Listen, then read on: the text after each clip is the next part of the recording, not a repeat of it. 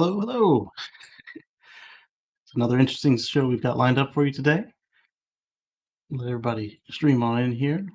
The weather today for me is pretty nice. It's about 86 degrees, moderately humid. Good evening, Anders. Good to see you. How's the weather out there where you are? Over here on the East Coast, it's pretty moderate. In the South, they're flooding with tropical storms, and out west, they're on fire. So either literally or it's just warmer than it should be for folks with no air conditioner. So it started. Daniel is kind of here. We'll see when he stepped away for a moment. I guess I didn't catch him in time. We've got a nice show lined up. We were able to meet a couple folks in person this weekend, and that was fun. We went to a ice cream social with the Maryland Tesla Club. That was a fun little drive. It rained a little bit, but that was actually a good thing because the ice cream shop actually gives you an extra scoop when it rains, which was I actually think that's a smart idea because it kind of keeps the traffic up and gives people an incentive to come out when it's not the best ice cream weather. Got to see another Tesla Roadster, one that I haven't seen in the group yet, in addition to the 2 or 3 that I have seen, and that was pretty fun. And then, of course, we are still continuing to follow up on the Model S Plaid. That is continuing to be something that's quite exciting. And then you've got next, we're looking forward to the Model X Plaid and long range as they get ready to come on the scene. All right, so looks like Dan is taking longer than I expected. Andrew, you're looking at a sunny blue sky and 24C. Nice. It's a little warm for the sun going down, isn't it? Or is the sun still up where you are right now? Because winter and summer and equinoxes. Eddie, it's warm there too. Yes, it's a little warmer than seasonal there for you right now, isn't it?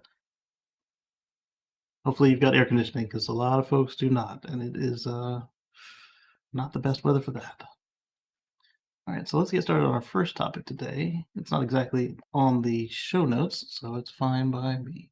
So on my way back here from dropping Luna off at work, as I mentioned, it's pushing 90 degrees, but it's not quite. And it's a nice kind of blue sky day. I had the AC set in the car, and I don't understand all the folks who were complaining about the second-gen Tesla ventilated front seats, because the ventilated seats on the Teslas they work. In fact, I had to turn it down from level 3 to level 2 because they were too well, and I was starting to get a little chill waiting in traffic. What's up, Marcus? Hey, what's going on? Can you hear me good? Can hear you okay. Turn up your volume a little bit on the volume tab, on the microphone tab. How's the weather where you are? Hot. Yes. hot and sticky. Yes. And you're inland enough that you're not worried about the tropical storms right now, right? Correct. Thank God. Yes. Thank God. Happy Father's Day. Thank you. And also, happy Father's Day to all the fathers out there as well. And happy belated Juneteenth to everyone as well. Thank you. So the first thing I wanted to bring up also isn't on the show notes, other than the air-conditioned seats, was this little situation here that any medium-term Tesla owner will be familiar with, medium to long-term. So let's do a share screen here. And this is a tweet from Alex Gayer. All right. Oh, let's do it this way. So he saw this. This is a version 3 supercharger, and one of the first comments was folks wondering why Tesla doesn't put more protections against these.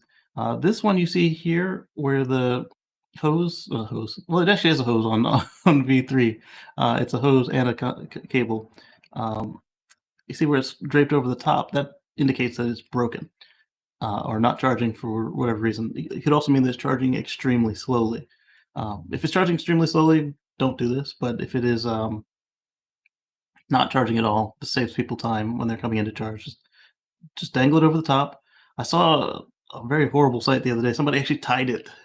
Do not tie them. That's terrible. They're expensive. They will break. They're delicate. Don't tie them. Just drape it over the top, and that's a very visible signal to everybody else that it's not working. But the whole reason I actually even clicked into this was this guy right here. Folks are wondering why Tesla doesn't put more protection in place for the supercharger stalls to make sure that they can't get attacked like this. Hey, Omar. I agree, Dan. Chargers shouldn't need a guard. Gas pumps have them most of the time, but they don't all. There's no way that this, maybe one or two is an accident, but there's no way that there are this many accidents all over the world. Some of these are just people in pickup trucks being jerks, and it's not always even a pickup truck. Some of them you'll even find are Model X's with bike racks, but they don't usually go like this. They make contact and they bump it a little bit, and then they realize they need to take the bikes down and they fix it. But this, when it's like this, is usually a pickup truck or a big truck or an SUV. Somebody being a jerk, and it needs to stop. But Tesla should do more to protect it, and perhaps maybe put cameras on all the stations because, yeah, exactly, they need the bollards, and some of them have bollards. So it's yet another Tesla inconsistency that boggles the mind. What do you think, Marcus? I was going to ask you, yeah, definitely.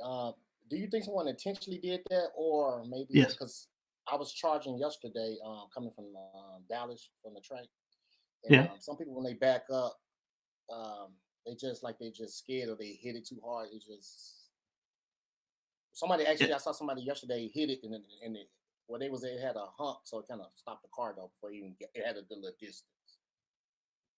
But Yeah, this one doesn't have any parking stops, so yeah, it very well could have been a Tesla owner, especially a new one. But I still find that hard to believe. That usually when you see that there's the curb stops or the bollards or something else, and they still manage to do it, then it was intentional. This one might not have been intentional, but as I'm saying, there's so many of these that it's unlikely to have been an accident. What about you, Omar? What do you think about it? Well, first of all, hello everybody, and happy Father's Day. same Um, to you. I think just to avoid this altogether, whether it was intentional or unintentional, either way, it's a problem. So to avoid it altogether, they really need to put the bollards there, and that will just eliminate this altogether. Absolutely. I mean, for something that's this expensive to set up, and that they need to protect that investment. They do. I'm also curious how this will affect the units that are prefabbed, where they come from Gigafactory New York on a pallet with the charger and the four, because it's only V3s coming out of there now, and the four stalls. If they knock it over, how easy is it to repair that? I mean, it's poured right into concrete. I don't know if there's conduit in there that they could redo it should it be severely damaged, or if they just have to hope that it bends at the bottom like all these in the past have done. Yeah, I don't know how they're fabricated, but either way, it's still even with those that you just showed, it's still it's still not cheap, to No, not at all. repair them. You got to send somebody out. Usually they're trenched and everything else. They may have conduit and everything in there, but still, they may have to take up some of that concrete to get to, that repair is not. It's not super simple. So Exactly. it's not like you're repairing an outlet in drywall or something. Yeah, and it seems to be a little more straightforward on the V2s. In fact, some of them still work in that state. The easiest way to tell is to look and see if the Tesla logo is lit up in red. or if it's nighttime, if the door puddle light that they install in those things is glowing white. But the V2s will sometimes work in that condition, but I would use that as a last resort because at that point it is compromised. But with these V3s, I would think that they're even more dangerous because at the base of them, they've actually got the radiator, the coolant pump, and the coolant. So if the coolant comes out or if it fails to cool, I imagine they're using a coolant that doesn't conduct electricity, so you're probably fine there. But I have a But they feeling could that overheat. it'd overheat, either damage itself. I don't think it will damage your car because your car protects itself. But I would probably just never plug into a V3 in that state. But a V2, if it's lit up and it's the last one, I'm in a rush, I might try it. But I wouldn't recommend anybody else try it. And again, they've got all the safety. So if there's leakage to ground and whatever, like everybody loves to show the one in, I believe it's in England, where it floods, and then the Fastned CEO was trying to make a point. And he showed that picture of that station where it's flooded, and well, he wasn't making friends that year, and all of his own customers turned around and said, "Well, you should look at your chargers." They showed pictures of his chargers completely underwater, and his units are kind of all-in-ones. So once they get water, they're done. Whereas with the Tesla pedestals, they're actually just cables. Literally, well, now with the V3s, they're a little more than just cables, but the heavy equipment is offsite on high ground. And you could plug in there, but I mean, at that point, you're risking flooding your car and getting your socks wet. I can't stand wet socks. Yeah, it's expensive. It's expensive. So getting off of chargers and going on to SpaceX, the SpaceX launch tower is growing. And I guess I could probably go started somewhere else at SpaceX, but I didn't. So this is going to be the launch tower for Super Heavy, and it's already one of the tallest things on Starbase, and it's only getting taller. I think right now it's in a tie for the high bay, but at the next section it will be over the high bay, and this is pretty cool because someone was saying that they might make July, but I don't think that they will make July since they applied for August. But it'd be really cool to see them hit the beginning of that August launch window for the orbital Starship. And as the article points out, it's more than half of its full height.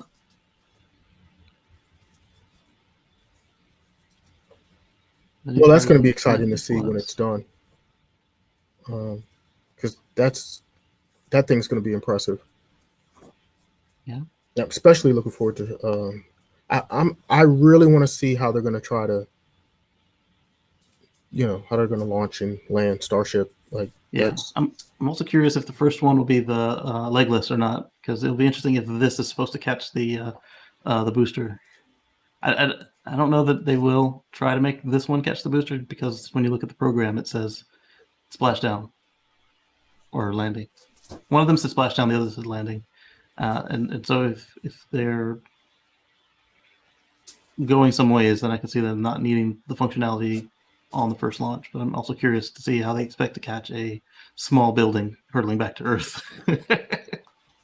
Have they started the McDonald's USA charging network yet? I have seen a few stations at McDonald's. I'm not sure if those were franchisees or if that was the actual McDonald's network getting started. There wasn't any signage to that effect, so I'm curious. And I think it's a good move. The only thing I'd like to see is it be at the 24-hour McDonald's, and that they don't lock the dining room at 10 o'clock at night. Otherwise, I'll have to rate them poorly when I do my charging station reviews. I don't do just superchargers. I just only publish superchargers. We'll see when that comes through. Marcus, are you going to go down and look at the Starship when they get ready to launch it? Probably. It's not on my priority list. Not on your priority list. How far away is it from you?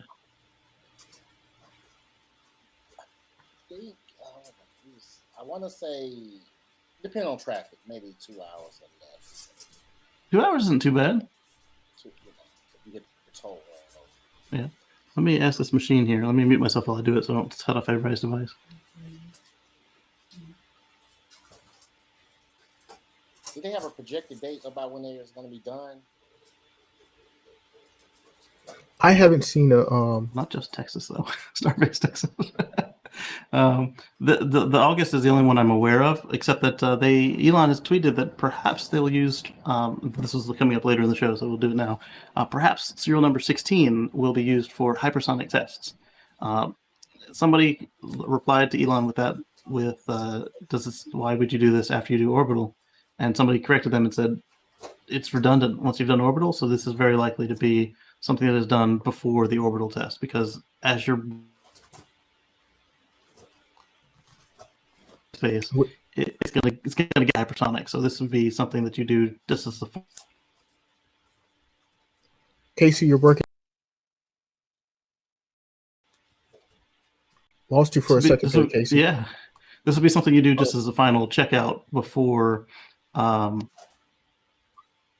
just in case there's any final tweaks, something that you missed before you send your whole booster and Starship, so the whole super heavy stack, because you might lose.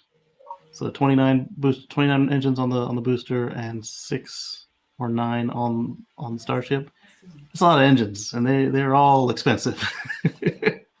So if you're missing something simple, you much rather catch it now rather than later. Right. Yeah.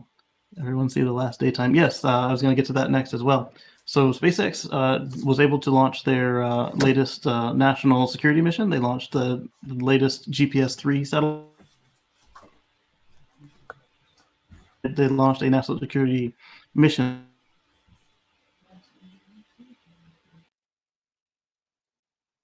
Maybe national security is getting to me. Yeah, they don't like you talking about them. Can't be giving away our secrets. So this is the first time they've launched a national security mission on a reused booster, and I think it may have had a reused fairing as well. And so GPS-3 launched without a hitch. It landed on the drone ship, just read the instructions successfully, and had a successful release in a proper orbit of the GPS-3 satellite. So that was quite exciting to watch as well. And everybody's like, well, what's it matter? GPS? I mean, everything uses GPS today, even stuff that doesn't move. You've got ATMs and banks. Cell towers actually use it for their timing. All of us that own any EV, except for like maybe the Candy, just because it's pretty basic on the electronics, they all use GPS for a lot of stuff. Like Tesla will use it to calibrate the speedometer. That's why you never have to calibrate your Tesla speedometer. Every cell phone. Every cell phone. It's really cool stuff. And so we need to keep it running. And then also it's got some anti-jamming technology and other stuff that they mentioned publicly. It's probably got a lot more stuff GPS has always been a military technology, so it probably has some more military implications that we don't even know about. There's a lot of military uses and implications for GPS, which is it started why as the a military started it to begin with. Yeah. So I wonder who will be providing positioning in like Mars. Will it be like Starlinks over there, or will we install our own GPS? Because right now they're like doing it via the stars and inertial guidance, and then just comparing pictures on the ground and stuff. It's a lot more primitive over there. Hey, that's fun that you talk about this, because just yesterday we was at the track out in Dallas. Me and a couple of my guys. I took one of my little electric scooters with me that I bought. Segway I bought one time.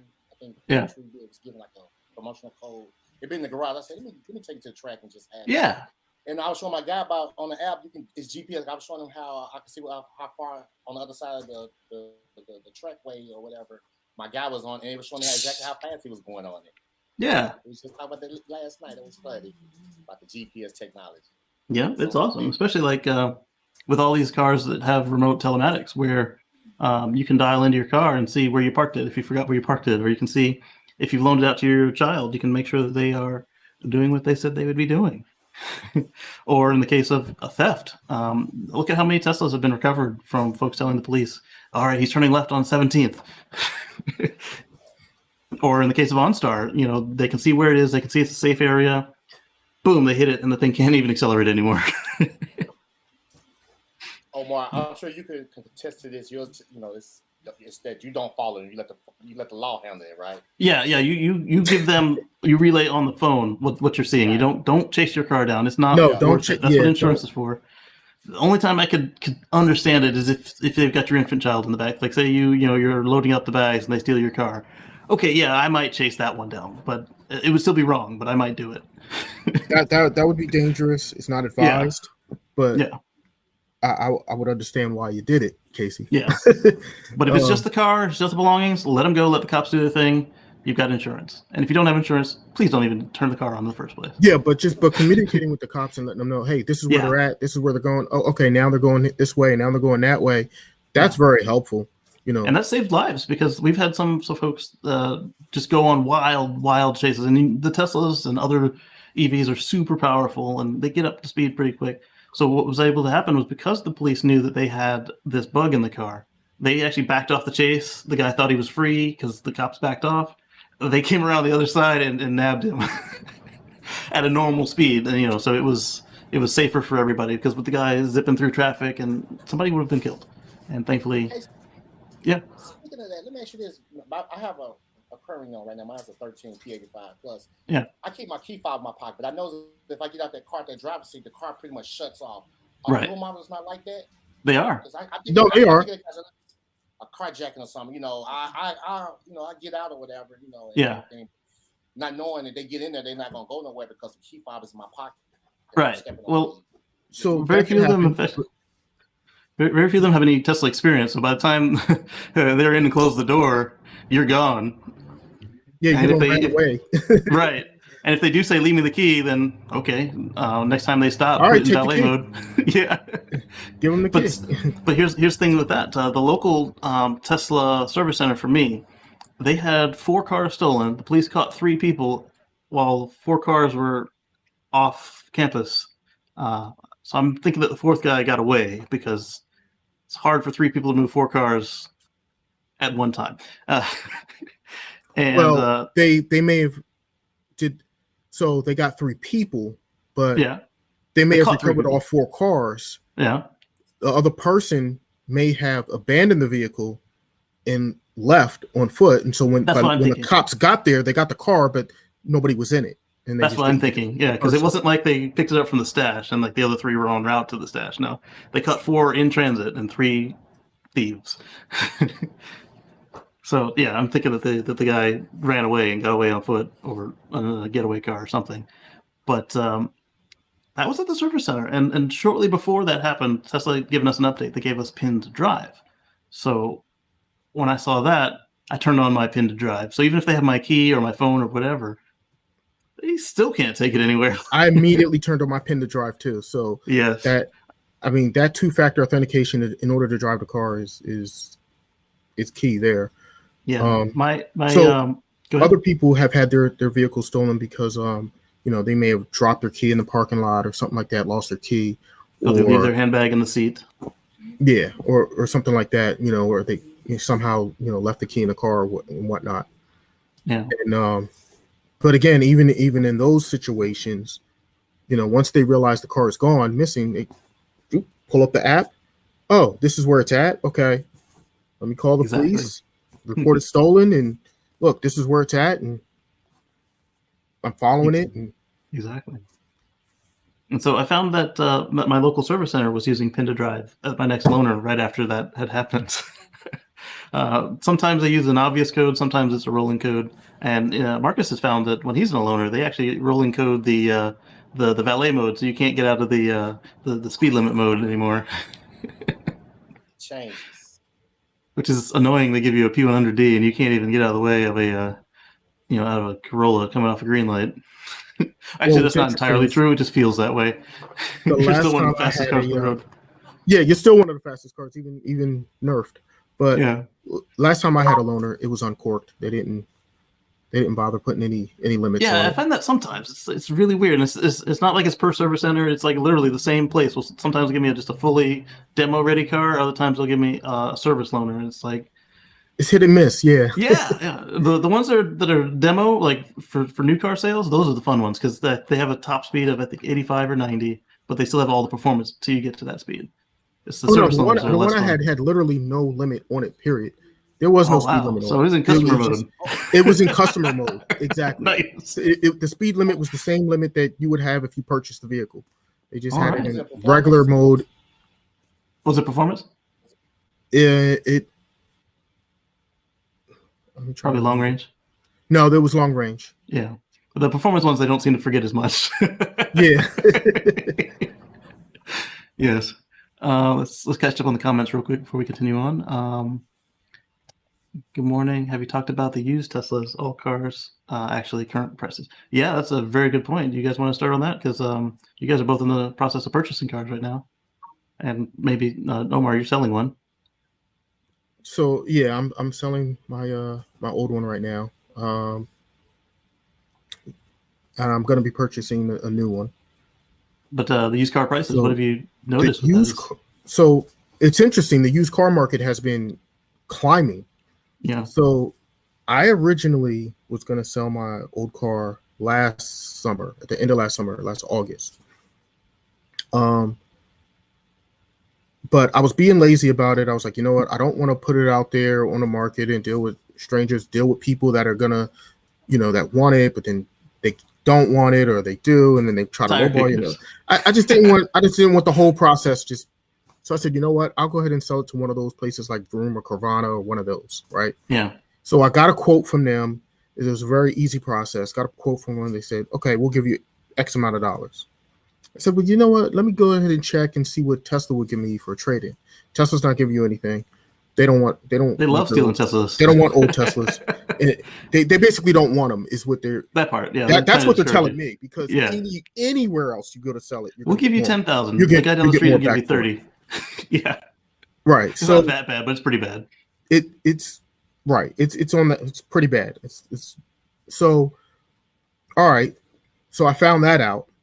But then what's interesting is I ended up having a minor accident with my vehicle. So I had to wait, and I got my vehicle repaired. It took like 3 months because of some back and forth and fighting with the insurance company or whatever. Long story short, after having an accident on there in February, I went and double checked in the same places that I got previously got quotes from, got new quotes from them, and the amount was like $1,000 more that they with were the dirty Carfax. And I'm like, wait a minute. I'm like, just last year when I took it, it had completely clean, no accident on it at all whatsoever. Now it has a minor accident on it, even though it's been fully repaired. It's still a blemish on its record, right? Yeah. Boom, it's worth more money now. Yeah. Like everything right now. Houses are through the roof. Used cars, like if you go to like the dedicated used car lots, they might have 10 cars on the lot. They're thin. So everybody's it's crazy. And so my previous experience with Tesla was that if you had put in for a vehicle, you went to buy the vehicle, whatnot, but you weren't ready to pick it up when it was initially became available, they would actually go ahead and hold it, put your order on hold. You can get it later, a few weeks later or whatever. I think 3 or 4, yeah. But now what they're doing is, if you can't pick up the car within 3 days of it arriving at the service center, they're like, okay, that car is gone now. We'll put you back in line, back in the queue. So at the back of the line. So that's what they're front of the doing line. Yes. Well, they don't put you in the back of the line. Right. They can't. But they do put you back in the queue where they're like, okay. They try to gauge like where you're at, like, because if you tell them, okay, well, how long do you need? Oh, you need two more weeks or 3 more weeks. Okay, we'll put you back in the queue right around here, not at the back, but right around there because we think maybe by then it'll match up with your availability of being able to get the vehicle. So they try to match you, but they're not holding on to anything. They're like, well, that's gone. Right. We got somebody right now. Yeah, that's it. You're gonna get a different VIN later because this VIN is gone. This is going to somebody else now. Exactly. Morning, Avery, or afternoon rather. Dan was talking about the Defense Intelligence Agency set their satellite up, and SpaceX didn't advertise the ascent to orbit or speed. Well, yeah, typically with these NRO missions. But this isn't really NRO. This is just more of a national security. But the regular, like the spy satellites and stuff, SpaceX will cut the feed as soon as it gets to orbit. They won't show the release. Sometimes they won't even show the landing of the booster. So, yeah, They're It's a very little bit- restricted on what they're allowed to show when it comes to the Yeah. defense contracts and launching stuff for the military. So, understandably, they're not going to show or give a lot of certain details. Yeah, and GPS is a little different because you do know where all the satellites are. It's kind of part of the the mission, and as David points out, it's a mundane proof of relativity. The speeds and signals are adjusted for velocity's effect on time. In fact, the GPS satellites don't run the same clock as an Earth clock. They actually run a clock that's adjusted for their orbit in advance, and then they actually are able to adjust it the same way we do on Earth for leap seconds, leap years, all that stuff. But they run faster on purpose, knowing that relativity for you have their time and then time of travel, time of flight, all of that. It's pretty cool because like the consumer GPS, all they're really doing is getting a bunch of different time signals from 3 to 8 to 16 different satellites. So that's how they get your height, your position on the ground, your speed. They're just tracking where the satellite should be and what time it is and what time they say it is, and it's really cool stuff. It's a lot of math. I just learned something new from you there, man. Yeah. Look at you. I'm sure that the military gets more from it than a time signal, but the consumer side is pretty much just hey, I'm number 12 and I say it's this time. I'm number 24 and I say it's this time. QA Library asks, have they crash tested the new Model S yet? Yes, they have. Tesla has. They had to do that before they could even release it, before it would be allowed on the road. So yes, they have crash tested it, and they say they're safer than a Volvo. Safer than a Volvo. They had a display. The top 5 safest cars in the world are Teslas. That's right. If I'm not mistaken, they had a display when they did the announcement on. Yeah, one of the crash test cars was on display.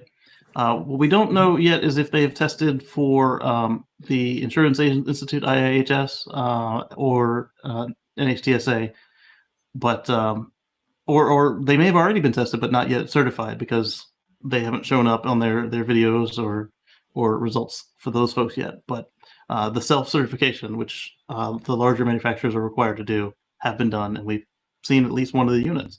The reason the larger manufacturers are allowed to test themselves is it saves the government and the other folks money. The smaller ones, they just go through the process and they wait. But if they want and they want to get done sooner, they can pay and get it done by an accredited site. So what will happen now is these agencies will go and buy a car from regular stock and test that. They do spot checks. And they'll continue to do that throughout the life of the vehicle just to make sure it continues to meet its requirements. But they don't have to test as many. Like you test them, like I think something like 20 cars get crashed right at the beginning of a new model. So it saves those agencies a lot of money not to buy 20 Teslas at $75,000 a minimum a pop. And it's not that all Teslas are that expensive, but like we're talking specifically the Model S, and that has a pretty high base price at the moment. R.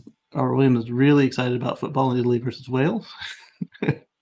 I would try the crash test of Plaid. Yeah, I mean, I get it. I totally do. But I would also like to know that if I put my family in one, that it's going to be okay. So what I hope that they do is they crash test the ones that are structurally sound but like failed the quality test or something. It's like, yeah, nobody's going to enjoy driving this thing. It can only get to 50 miles an hour in 3 seconds. Let's just throw this one out there. Let's see. Bags Full says, yes, they have been tested. And let's see. Did you follow the YouTuber Louis Rossman's Model 3 got written off? The insurance gave him $3,000 more than what he paid for a car a couple weeks before. I wasn't aware about Lewis's car doing that, but I have heard a couple of other folks who got their cars totaled. A friend of ours, she drives a Fiat Abarth, and she got, even though it was in a crash and still had some more work that she wanted to get done to it, they still gave her more than what she owed on it and a little bit more than what she had been offered on trade from somebody else before. So that was really cool. The used car market is super tight. Well, yeah, there's a huge chip shortage, so both the used and new car market is super high demand, and they're just all the prices are higher now. We say that that for used cars, you can get up to like 20% more than the normal rate, compared to like a year ago. Yeah, and the looky-loos are frustrating for several reasons. The one is that, as a private individual, you're not really set up for test drives. And as a private individual, you've got other things to do with your time than entertain someone who's never seen a Tesla before. Not that I don't mind being a brand ambassador occasionally, but there's a time and a place for it, and it should be on my schedule. If you're looking at my used car, you should be ready to do business. I mean, I understand if you don't want to buy the car, that's completely different. If you get it and you say, "Oh, I said it was perfect," and you get there and it's like scratches all over it, that's different. Or if I said it's a P100D ludicrous, and you look on the screen and it says it's a 100D or a long range, it's like, yeah, this isn't what I expected, and then you walk off. Right. Let's see, and then oh yeah, Dan, you could have just said that on the stream. You're muted. Dan, you on mute? For those on audio, Dan said that the Toyota lot in town is empty. He thinks it's a chip issue. The Toyota isn't as affected by the chips as everybody else. They might have another issue there, simply the fact that they had cars and people bought them all and now they don't have them in stock anymore, because Toyota does just-in-time manufacturing, but they do it the Toyota style. They don't do it the cheap copy that so many other people have done of Toyota's style. A lot of folks who do the Toyota method as a copy, they allow themselves to run out of chips, and Toyota saw that chips aren't as elastic, whereas well, maybe not tires are even a good example, but something that's able to spin up and spin down rather quickly, like bolts and screws, for instance. They won't keep too many of those on hand. But if they see that there's a worldwide rubber shortage coming up, then Toyota will actually start to stock tires. And they see that the chips are not able to spin up and spin down very quickly. So right behind Tesla not canceling orders for chips, Toyota also didn't cancel orders, or at least not as many orders for chips, because they understand that it's not easy to bring them back when you need them. And so they weren't as burned as some of these other quarter-to-quarter, short-sighted, bean-counting companies. It's like, you got to invest in your companies. You can't just be chasing the dollar exclusively. Or when people have their house and cars on fire when they wouldn't sell. That's a possibility, and it really stinks that there are so many just violent, self-centered people. Just because somebody doesn't want to sell you something doesn't mean they have to sell it just because you want it. It's bad attitude on their part. Yeah, I saw firework stands for selling fireworks when I dropped my wife off for work, and I was doing a review on a microphone. I don't have it next to me. Yeah, I don't care for fireworks at all. They're loud. They're fire risk. Your dad got nothing. That's hopefully his next one he gets some better insurance than that. All right, so let's move on to the next topic. I've got right here, Marcus, you might enjoy this, even though you don't drive this vehicle. They've got a body kit for the Porsche Taycan.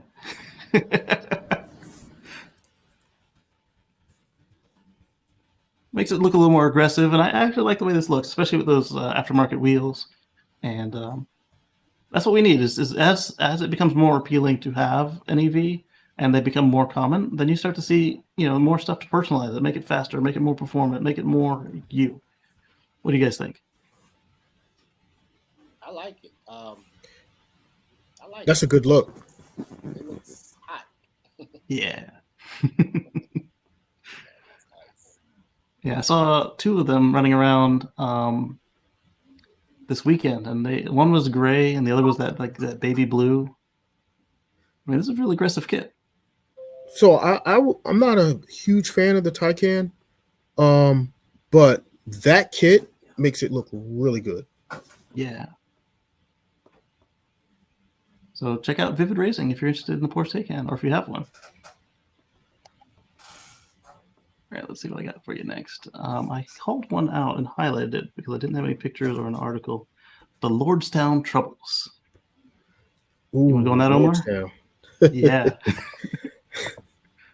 So I always thought they were a little bit arrogant to begin with. Like I was never a Lordstown fan. They just seemed to me to just be overly arrogant, overly confident. And so now it appears that they may be in a bit of trouble. So they may not be able to produce these vehicles that they were. Can y'all hear me now? Talking about. Yeah, we hear you. Yes, we can hear you, Dan. You and Marcus Lord are still a knows. little low on the volume, though. If you want to go in your microphone setting and crank them up. All right, I'm gonna go back and put it. When y'all hear me now, I wanted to dip right back to the robberies, the carjackings. There was Mhm. another thing there. Her car got jacked, but because she has a security detail, she ended up actually following them from a distance. And She who? it got I didn't catch that part.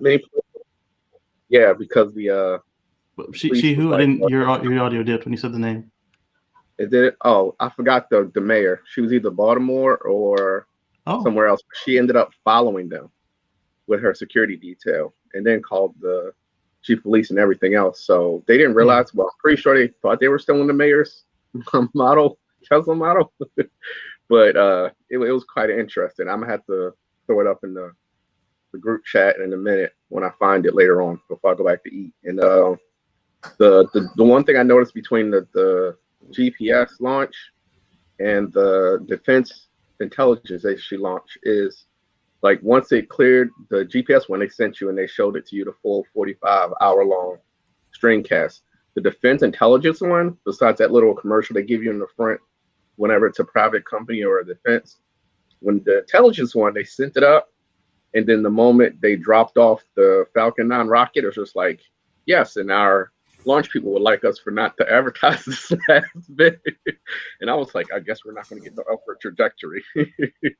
So by the time they came back, none of the actual trajectory numbers, like when you can see it slow down, and so you couldn't triangulate nothing from that actual launch, but the fact that it was in the sky somewhere.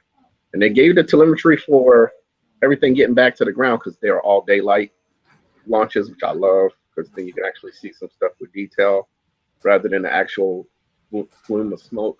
So yeah, those are the things I noticed when they launch from private people. They give us daytime launches, and I love that.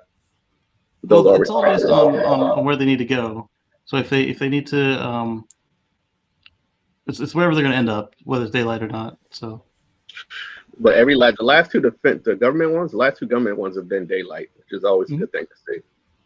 Those are easier to and see the ground spinning around as you go up. I like those. Those are my personal favorites. We're going to have to work on your transition, sir. Yeah. So you went from the American kidnapped to space. I'm sorry, I wanted to get that, but I'm gonna come back to you on a sec. So with the American kidnapped, she had a security detail. So at that point, I would say it's almost the same as if she was just embedded with the police. But again, I would recommend not chasing your car down. Yeah, they told her not to chase the car down next time. Yeah. It was like, we can do this, ma'am. You have a detail that's supposed to keep you safe, and you're going into danger with it. She was like, no, that's my car. No, it's not worth it. You got insurance. Yeah, right. So that was going back. So going back into the future again. Yes. Yeah. Going back forward. Let's go back. Let's go back to the future. Yeah. Lordstown Motors. Right back, y'all. So Lordstown Motors. Thanks, Omar.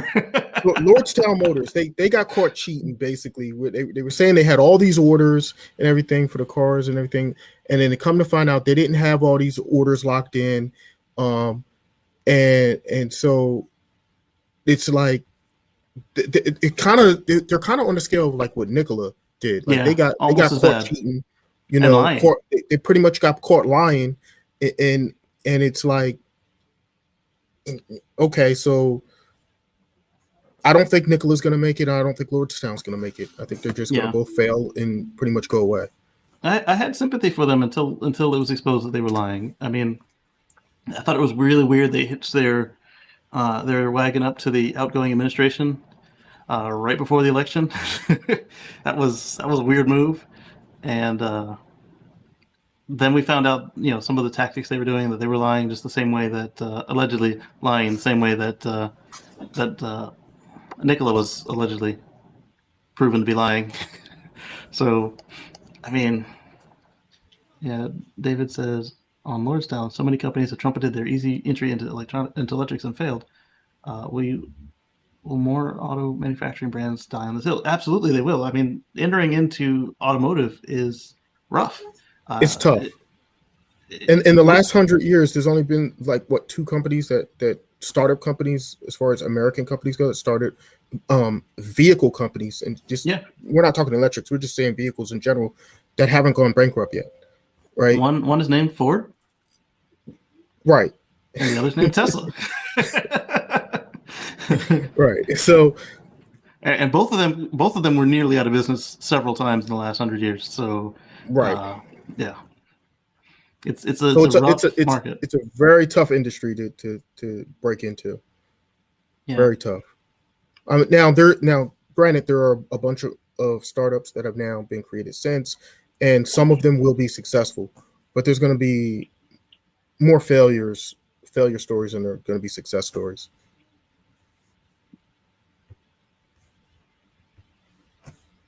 But that's just the nature of it. Let me make sure this right quick. Hopefully, we see the ones that have promise and like that kind of sort of make it. Like we see that their competitors pick them up and continue the product rather than letting them run out, because that would be unfortunate.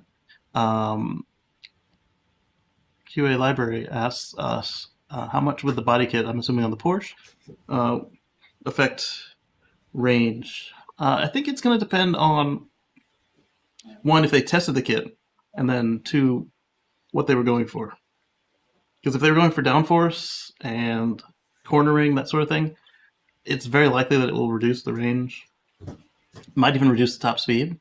But if they're going for further aerodynamic enhancement, it might increase the range. It might increase the top speed. It all depends on what the goal is and if they even test it at all. Because if it's just for looks, it could make everything worse. Go ahead, Marcus, on that.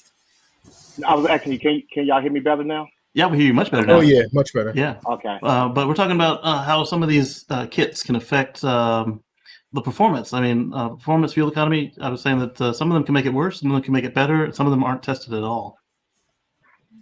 And you're deep into research on mods right now, so I was curious what you found out on some of them. Well, I can't speak for nobody, right now other than what I'm working on. But yes, it does make a difference, but it depends on what you're using it for or how you're using it.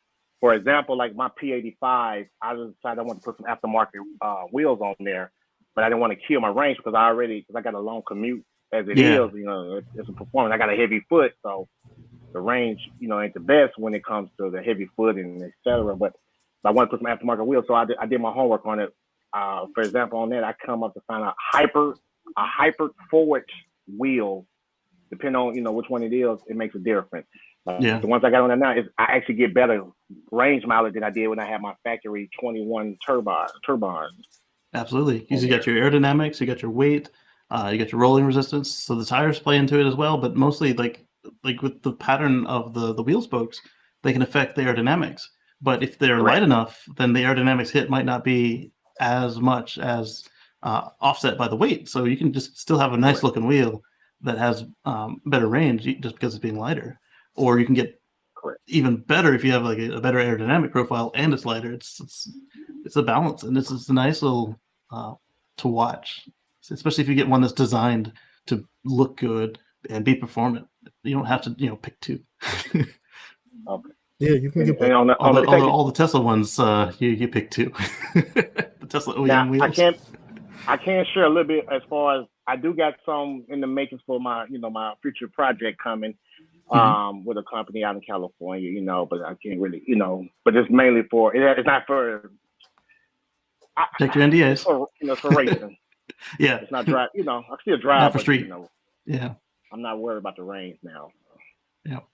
QA Library also asked us if we're going to fully charge live North America in April in Texas.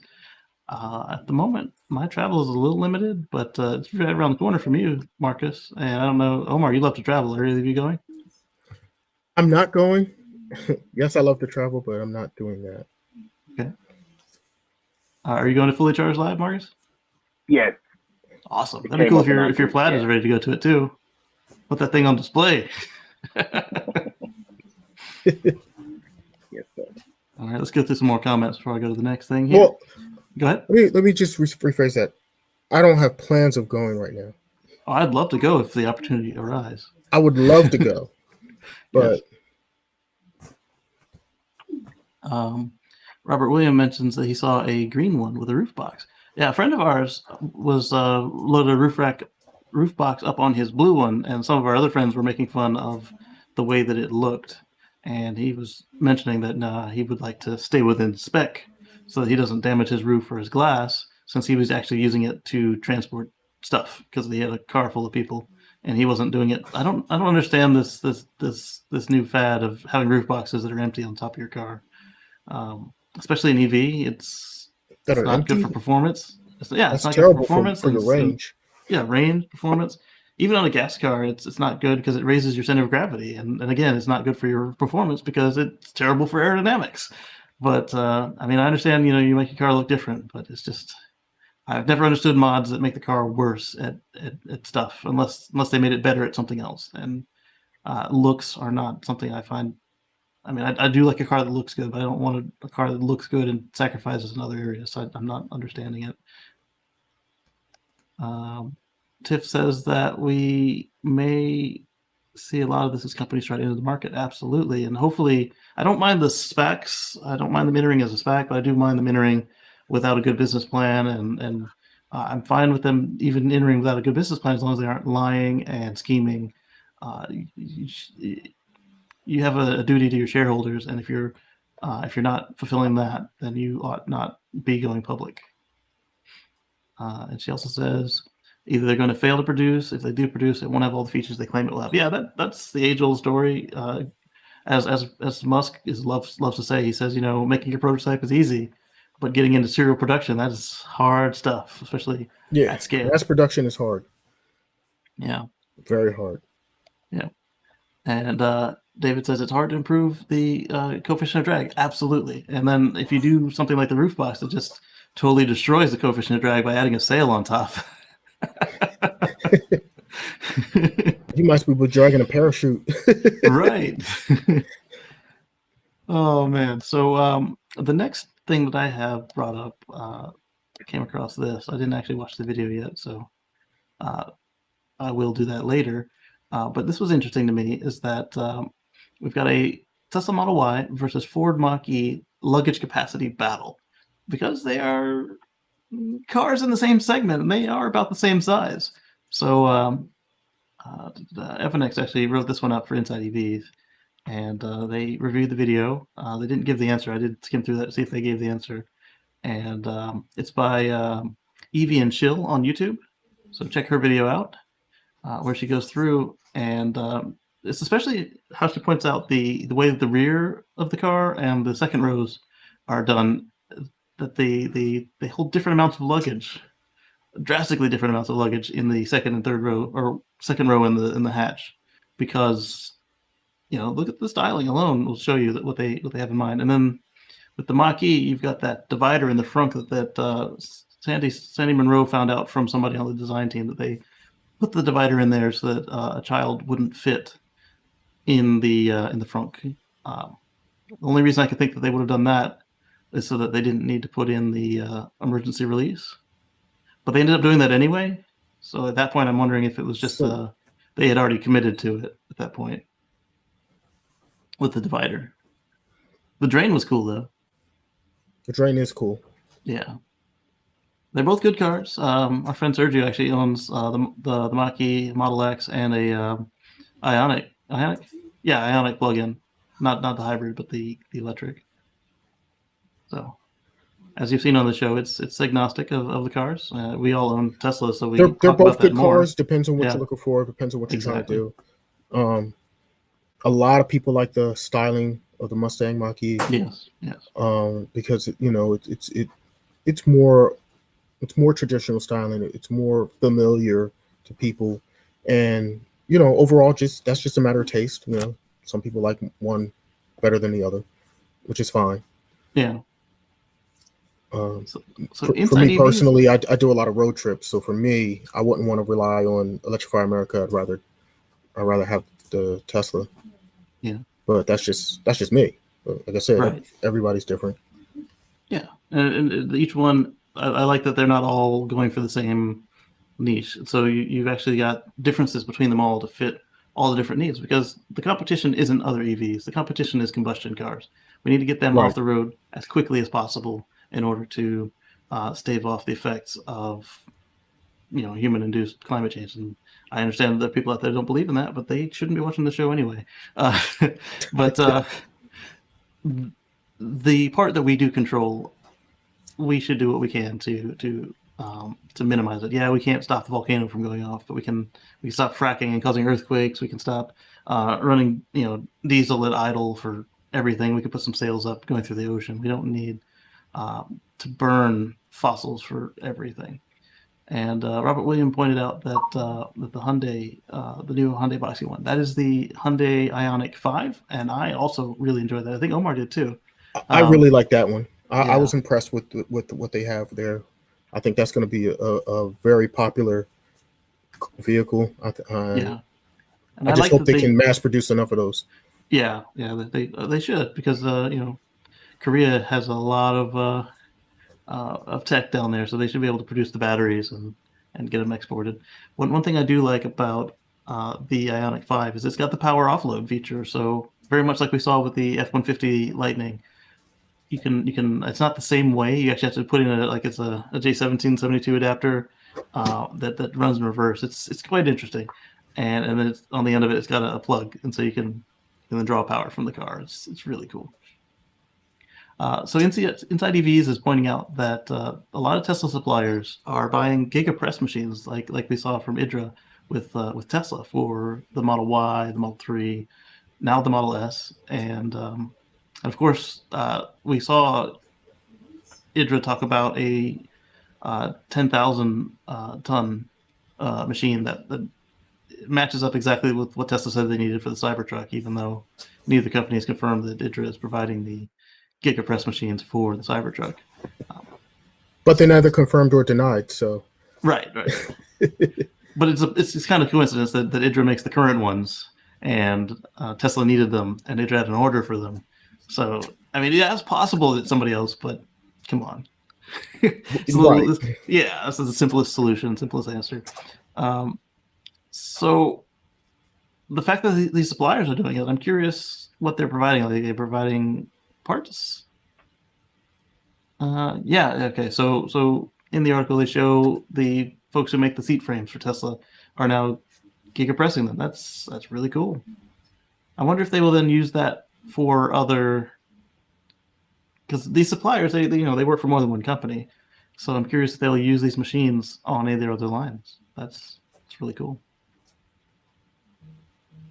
I mean, I think they eventually will. If you think about it, They're smart, they do. If it's just another more efficient way of doing something, then the industry is going to go in that direction, because cost savings. Like everybody's chasing cost savings. So if it's more efficient, then it's going to be more cost effective, which means everybody's going to end up doing it.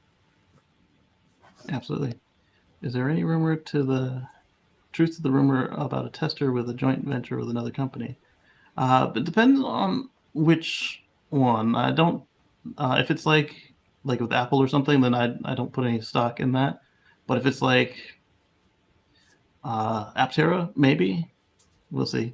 It depends on which one you're talking about here. Is the process of metal bending on frame for Cybertruck similar to a pressed form? That sounds strange. I don't think this is for the skin of the Cybertruck. That is definitely going to be a brake press, where they have like a sharp point and they bend the flat thing to whatever shape it needs to be. I think this is more for the cage, the safety frame, because when you look at the photos that Tesla has released so far of the truck without the doors, for instance, like there's some curves there, and I'm imagining that these are going to come from the new gigapress. So they'll have a combo of those, whatever's going to be cheapest for them. So I think spit out the core of the vehicle and subframes, and then just bend and weld the stainless steel onto the outside of it. So should probably have aluminum frame, just like every other Tesla, and aluminum and steel, and then stainless steel outside as an exoskeleton. But of course, we haven't seen the final form yet, so who knows what it's actually going to be. But knowing them, it's going to be something similar to what we saw, but better looking and more well thought out. I really do enjoy the way that they don't bait and switch us with their concepts and their drawings. They tend to get better each stage of the way. Like if you look at the original Model S Alpha, that thing was, I mean, it wasn't bad. It was very close. It was very close to what they released. If you look at the original compare it to the current one, Model it's S ugly. Alpha, yeah, but if you compare the original Model S Alpha to the 2012 Model S, and you look at them, those two cars side by side, you'll realize they're very close. There is a lot of similarities. They're very close to each other. I'm glad they changed the screen from what they were doing before, though, where they had like a leather border. Oh. Yeah. Oh. They made some good decisions. They did. And they even kept the 3-piece nose cone for a couple of cars, and then Omar's in mine. Well, Omar, you might even have the more pieces than mine had, and then they went to the 1-piece nose cone and then got rid of it. So in Elon tweets, Elon confirms that a new Tesla Model S HVAC update is coming for extra quiet cabin. And there's been speculation as to whether they're going to accomplish that with using the noise cancellation system that's now on the new Model S and Model X, or if they're actually going to reprogram the HVAC motor to behave differently, or the system rather. I think it's probably going to be a combo. And that was a really good point of their speculation to bring up whether it would actually even be in the HVAC, because you can make HVAC quiet by canceling out its sound. So that was an astute observation. What do you guys think? Well, noise canceling would be one way of doing it. I don't know. Yeah. They're always coming up with new ways and of doing, new types of engineering and stuff like that. But if you're gonna, in order to do like an over-the-air update or something, in order to make it quieter, then noise canceling makes sense. Absolutely. Right. And they got that laminated glass on there. They've got better sound deadening. They've definitely got the single-piece cast rear, and it's speculated that they have the single-piece cast front on the Model S. So less pieces of metal welded and screwed and bolted together and riveted. That also means there's less noise as well. So if they've got 2 big chunks that are already done, that's going to help. So the Tesla Start program is going to expand to Austin to bring some folks into Giga Texas. If you're not familiar with the Tesla Start program, it's where they went to the local community colleges and tech schools for like high schools, and they kind of prepared folks to become electric car technicians. They did all of the theory and generic stuff for how to work on any electric car, and then as the graduates begin to graduate, they focus them on Tesla stuff, obviously, because they're the sponsor. and as a graduate of that program, and I'm not a graduate of the program, but if I were in and I was about to graduate, I would like to know that I have a job coming out of my school than just saying that I'm trained in EVs. I'd like to say, yeah, I'm trained in EVs, but also I have a job at Tesla coming out. That would be right. A success for the program as somebody in the program, to me personally. Hypothetically, if I'm not mistaken, I'm not. Yeah.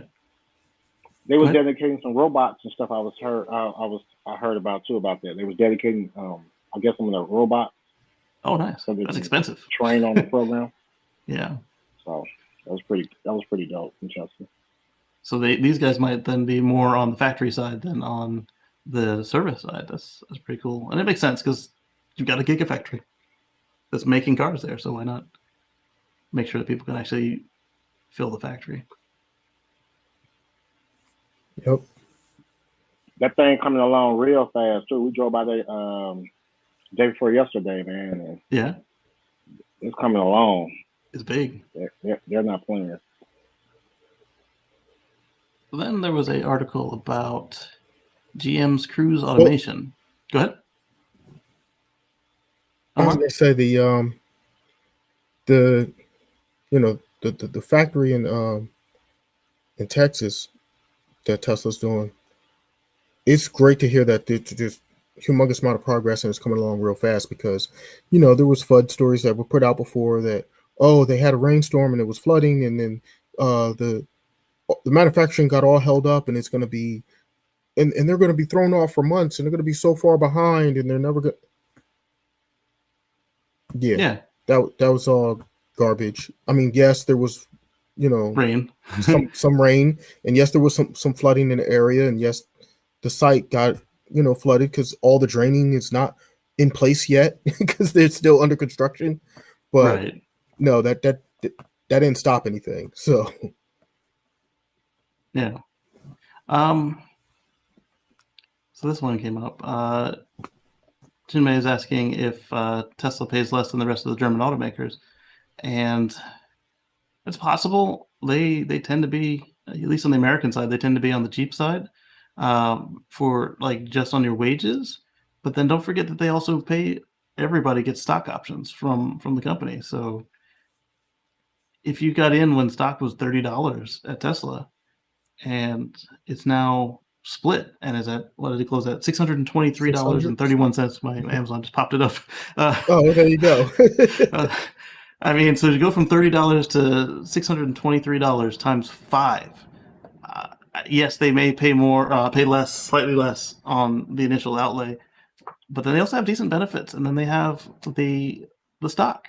So you're not going into this getting taken advantage of. You know what you're getting going into it, and then if you can work for the mission and you help them succeed, then you're going to benefit on the back end as well with your stock options. Yeah, Hey, exactly. 30 to 3,000 is not bad.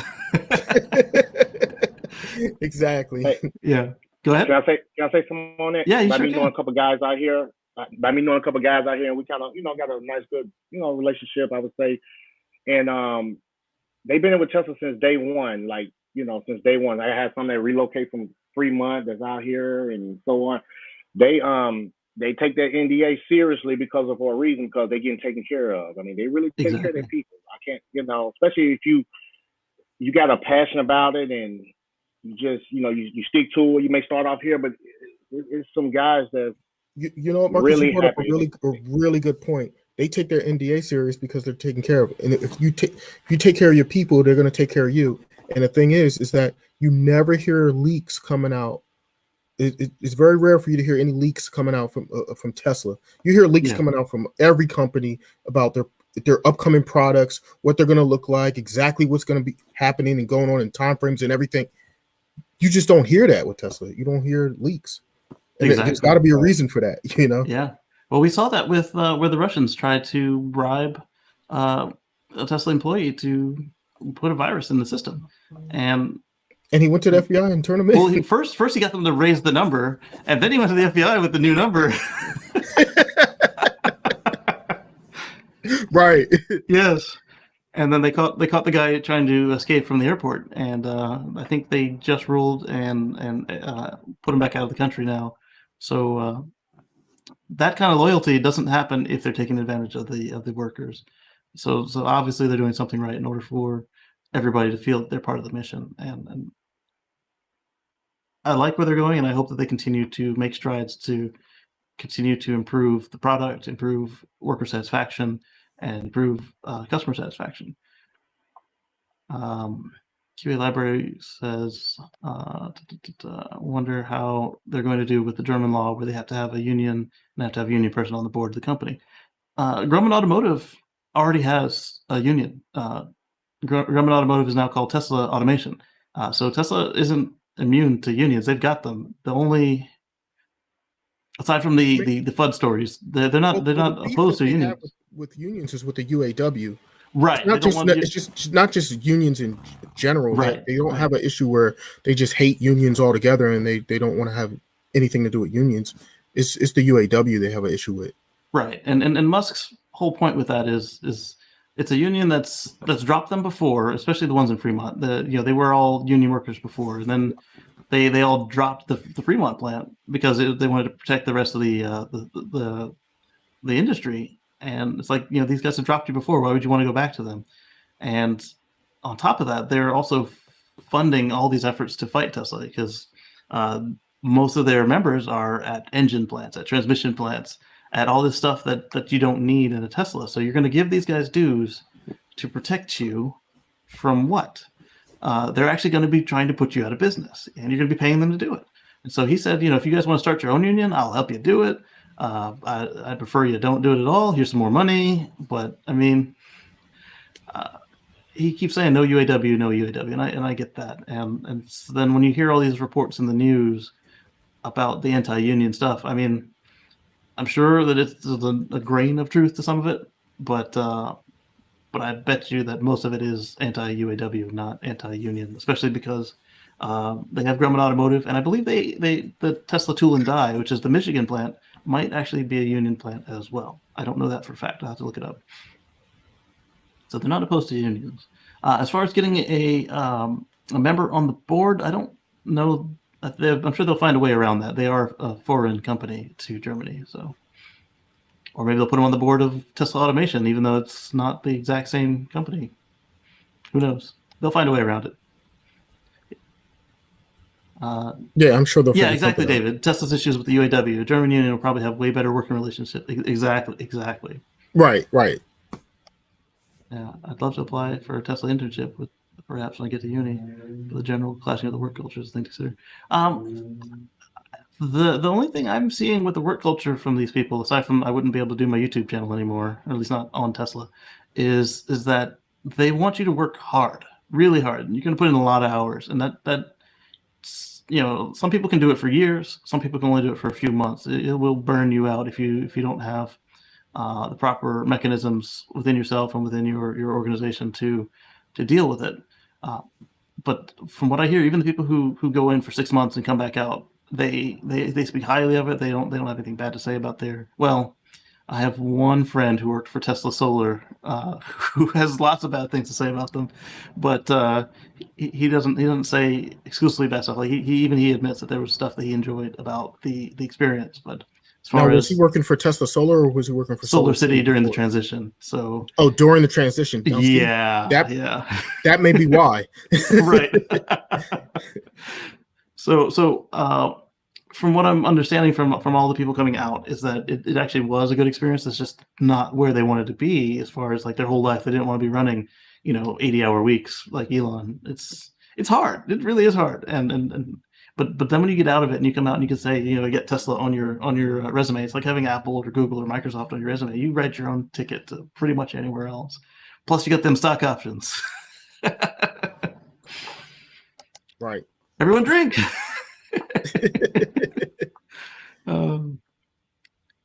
Yeah. Okay. So back to GM Cruise. So they applied for, or not applied. They were going to use their $5 billion credit line, and assembly has begun on 100 pre-production Cruise Origin cars. So this is what our friend Terry calls bread boxes. He feels that eventually there won't be any personally owned cars, and all the cars will look like this. I don't agree that they'll all look like this, but I agree that there will be a lot less personally owned cars, and they will be more formatted for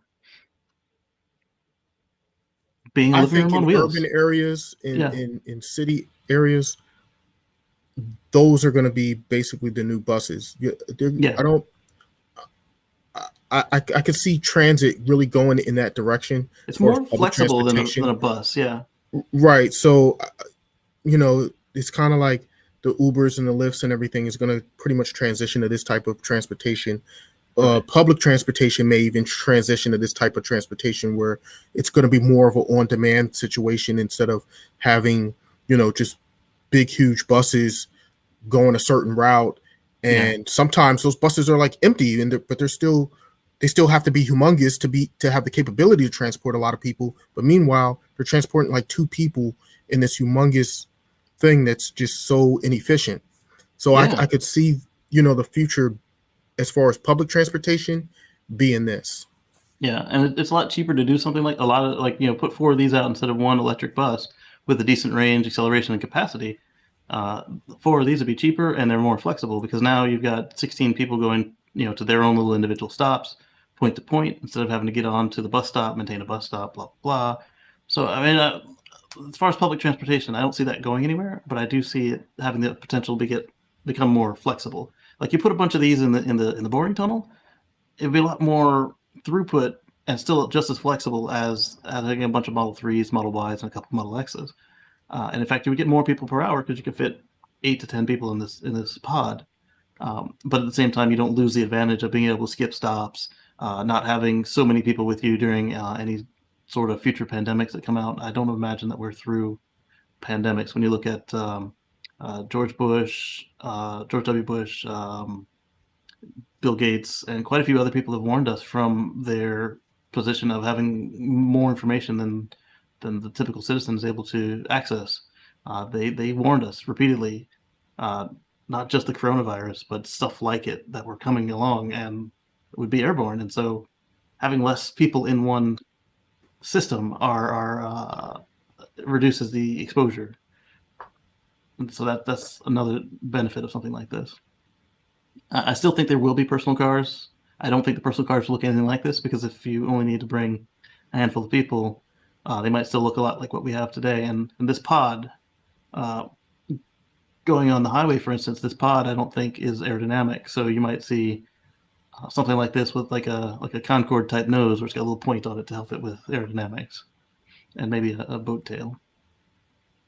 Yeah, David, that is an inside joke. Yeah, that's exactly the one I'm talking about. You're right. Important in regards to the stock options part. Exactly. And it's the same as we say, get in, time in market, not timing the market. Would you say the stock is already at the highest point for Tesla?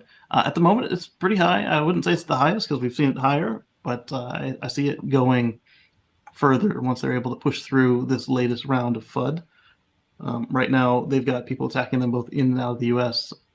So you've got folks attacking them in the U.S. saying that they can't do what they're actually doing as they do it, and continue to improve. And then in Germany right now, you've got the what did we call them last week, Omar? The faux environmentalists, the astroturfers, basically. Oh yeah.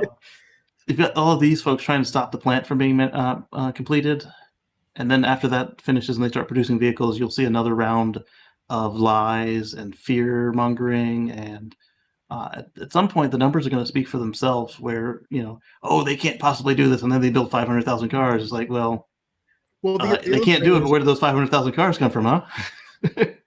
Well, here's the other thing. Like, to me, what I think that where the stock is priced at is, because stocks is always like a speculative type of thing, and where they think that it's like what they think a company may be worth, but it's always like just what they think it's worth within the next couple months. Like, they're not looking really, really far down the road. Exactly. So I think the stock right now I think Tesla is actually undervalued, because of so much potential that it has. There's a lot of upside because of it being a vertically integrated company. They're producing their own batteries, their own chips. They're doing a lot of things. They're building multiple factories. You have to understand a lot of what's crazy is they're still a profitable company. They still have that enough profitability that they're making a profit while building new factories. Yes. If they stop building new factories, they would show an instant huge profit, but then they'd shoot themselves in the foot for being able to build future cars. Right. And right now, this year, they'll be able to build 1 million cars, they say.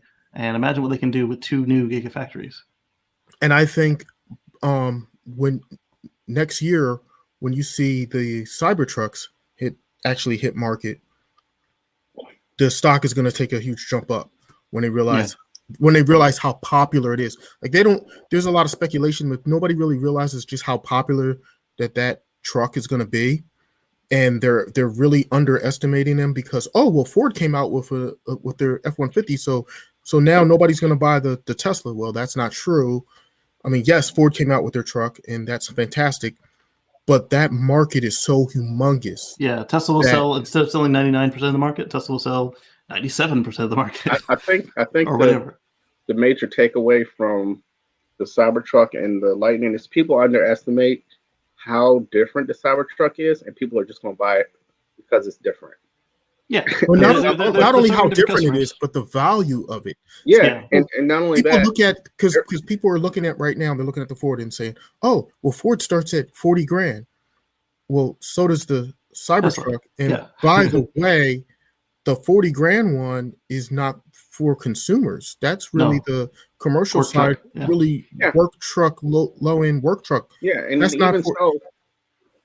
Yeah, go ahead, Omar. Well, but then you've got the case where for the consumers, in order to get in, so your base consumer model for the Lightning is going to be $53,000. Mm-hmm. Well, now you're looking at, if you want to compare apples to apples, $50,000 Cybertruck is the dual motor. And if you look at the specs of the dual motor compared to the specs of what you're going to get for your entry point on the Lightning, you're going to get actually more value and more bang for your buck out of the Tesla. I think but then you've also got the case where the Ford is already on a lot of pre-approved buyer lists, so now you can just order an electric truck without having to get it approved again. And again, the competition is the combustion trucks, not each other. There are certain things that the Ford does that the Tesla doesn't do that we know of, like the in-bed scales, and that frunk is probably going to be bigger than the Tesla frunk. But if you're already set up for Ford, like you've got Ford techs in-house in your shop because you have 100,000 trucks in your fleet, you don't even have to send it to the dealership. You just bring it back to your repair bay. So if you already got people trained on that, they only have to learn like 8 more lessons rather than have to learn a whole new vehicle. And you've already got all the tools, you just add a couple more tools to it. So at that point, again, it's just more EVs is what we want. It doesn't even matter who they're from. We would like to see more Teslas on the road, but we would rather not see somebody pick the combustion truck over the electric truck. Well, I think another part is that people are expecting one or the other. If anybody in the chat knows anything about the WCW Monday Night Wars, the current AEW, WWE Wars on Wednesdays, you will have a competition where it's good for everybody. So there'll be some people that want the regular looking and will pay top dollar for that Ford because they're Ford families. They are like the Mustang Mach-E. Their kids will pick up the Ford, and then they'll have to convert their older family members into the electric. But because it's a Mustang, which I think Ford was counting on, because it's a Mustang, it wants to bridge the two gaps in the generation. So it works if you have a family that's embedded into Ford. That I think what they were counting on with the Mustang slightly maybe backfired, but I think with the Lightning, it's going to work out better. There are probably some family-owned companies that will get that base model Lightning and will be converted because the kids will be running the books and be like, we can make more money. You can send your grandkids through college with no debt. Like, you can make more profits, and then you can make your fuel. You don't have to make your fuel. You don't have to go to the gas station. You leave every day full. You don't have to buy a separate generator. Yeah, you can put your daughter on a truck and not worry about having to get her fuel. Your son could be home at night and they can charge you on site. If you got a little house on site, you could set the ruffian or the black sheep of the family on that property to watch out for it at the same time. That transition is going to go easier. And I think that's what's going to get the Ford to sell. But based on the history of the bromance between Jim and Elon, I think they're kind of working in tandem, like behind the scenes. They're going to be like, hey, what are we going to do in front of the public? And they're playing both systems so that they can. I don't think any of them are willing to commit securities fraud. Not securities fraud. The Tesla mission is to sell more EVs. So I don't like. Well, I think what we see of them talking I'm more talking about like similar to what we see with VW. Like if you go like, okay, case in point, like when you talking to a buddy, be like, yeah, I bet you're gonna come out with this first, and then they pull information out of regular conversations. Elon's reckless, we know that, but like they pull out conversations like when I talk to you, we'll pull out more information, and then my thing is completely different than yours, but it's because we're on the same wavelength of conversations. It's going to be interesting to see it. I think the public and the media are going to pull more sensationalists out of it. That's the problem. It's not a fight. It's that the media wants a fight so they can sell more clicks. Yes, or papers, and that's what it's going to be. Yeah. That's going to be fun to see in website clicks. So seeing that when the Mach-E counted for the total loss of sales for Tesla at the same time, those are going to be the clicks and the and that was totally mischaracterized of the way that it was. Like literally, if you're selling 100% of the market and somebody else comes and sells 2% of the market, you've lost 2% of the market, but you still sold all your stuff and they sold all their stuff, then everybody wins. Yeah. You know what that means? That means the market is growing.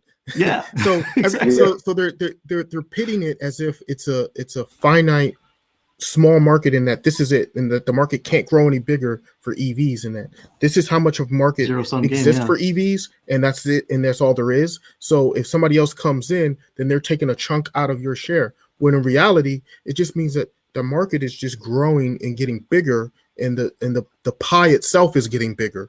Absolutely. So it's not so much that you're getting less of a slice of the pie. It's just that the pie is bigger, and there's enough for everybody to eat. And that's going to be a cool thing. Quick pause. We are not stock advisors. We're not financial advisors. Oh, yeah. No. Blah blah blah. Just no, we're dudes not on the internet. If you like what we're saying and it makes sense to you, check it out with your financial advisors, or grain of salt. Do your own thing. If you're a self investor, be careful. You can lose money. You can lose a lot of money. Yes. David points out that options are time-based, so Tesla still has room to grow. They've been flat for a long time. Yeah, this whole year they've been flat or slightly down.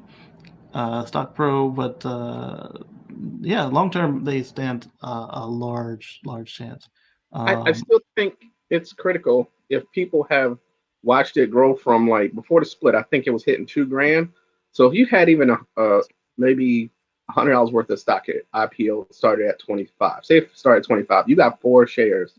That's roughly about $100.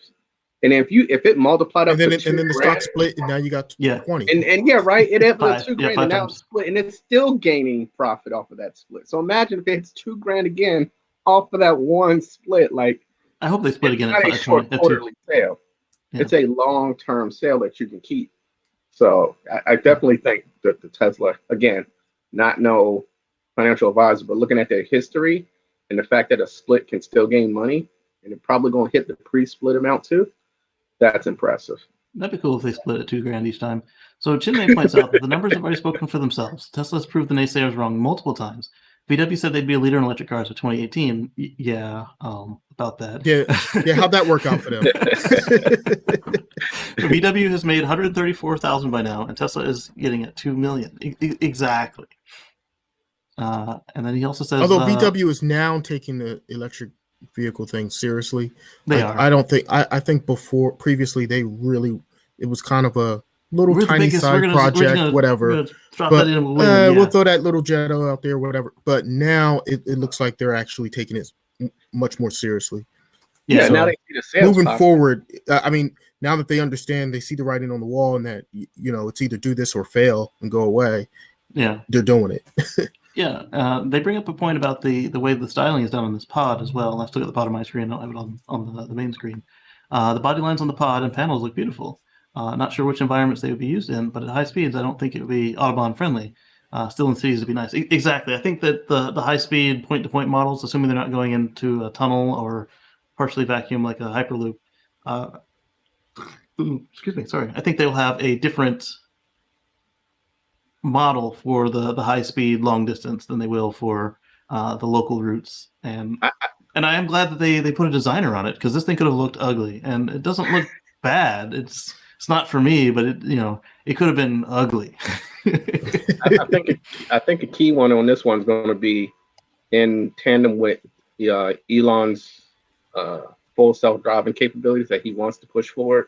What you will have is people who want to commute to the city can reach that commuter bus, which will be one of these pods, to take you into the city. That's what Cruise is planning on. Well, that's what I was saying earlier. I was saying earlier about that being a commuter vehicle, especially in the public transportation sector, that would be excellent for inside of cities in environments like that. Yeah, and everybody's working on self-driving tech, so it's not just on the same token.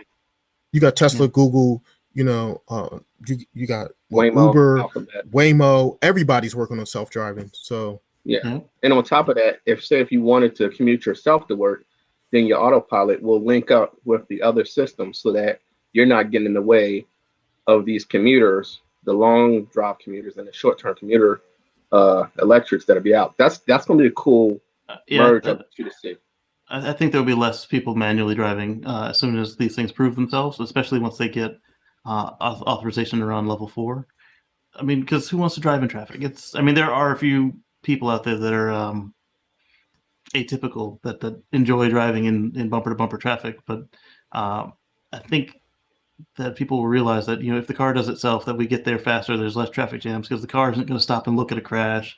It's not going to be weaving. I mean, it will change lanes, but it's not going to be weaving in and out to the point that it actually causes more accidents. Or jump into the camera feed on the highway and be like, "Oh, look at that crash!" while you're still moving. Oh shoot, yeah. If I'm driving past a crash, I do actually record them on the Tesla cam, and then I go back and look at them later. I mean, out of morbid curiosity, but I'm not slowing down for it. I'd let it go. Oh yeah, see what happens. Like, how did they get in the crash? Oh, you see this mark right? See, that's how I am, right. bro. But that's the problem. That's what a lot of people do. They're looking and they're like, "Oh, how did this happen? How did that happen?" They're looking at, and then they get distracted, and guess what? Then they end up crashing. And like, look, we found out. Right. Or they slow down. Somebody was distracted. That's how. Right. Like you only need to slow down to 45 miles an hour and move over a lane. You don't need to slow down to 2 miles an hour and look. You just basically moving over so the emergency responders can do their job. If you care, just pop your phone up. Have them out. Have your phone tilted that way. Set it to record. You don't need to stop. You can look at it later. You don't need to look at it live. And most of the time, it's not anything interesting. But definitely real quick. Having the ability to drive your car, even if you're coming out of a city, and then have it go automated, even out of the city or into the city, and then give it control back to you, is going to be something that, for me, it's just phenomenally cool. So I can drive from Savannah to here, go through Macon, and just let it take over. Observe Macon through the highways. Say, hey, I want to go through city streets, and take your time, and then come out of Macon. If I want to take control of it again, you can actually say, I'll turn this car around, and then get off an exit. You could still do the things that you want to do, and then it comes back on. You'd be like autopilot again. That feature of having your own vehicle, be able to sync and unsync in with the actual automation of everything else. Yeah, personal cars aren't going anywhere anytime soon. They might reduce, but they're not going anywhere. Yeah, that would be a cool feature though. If I could do that on a road trip, that's beast. So right, so that's a personal. That's all of my road trips are. I think I get in, I'm like, this is boring. Boop.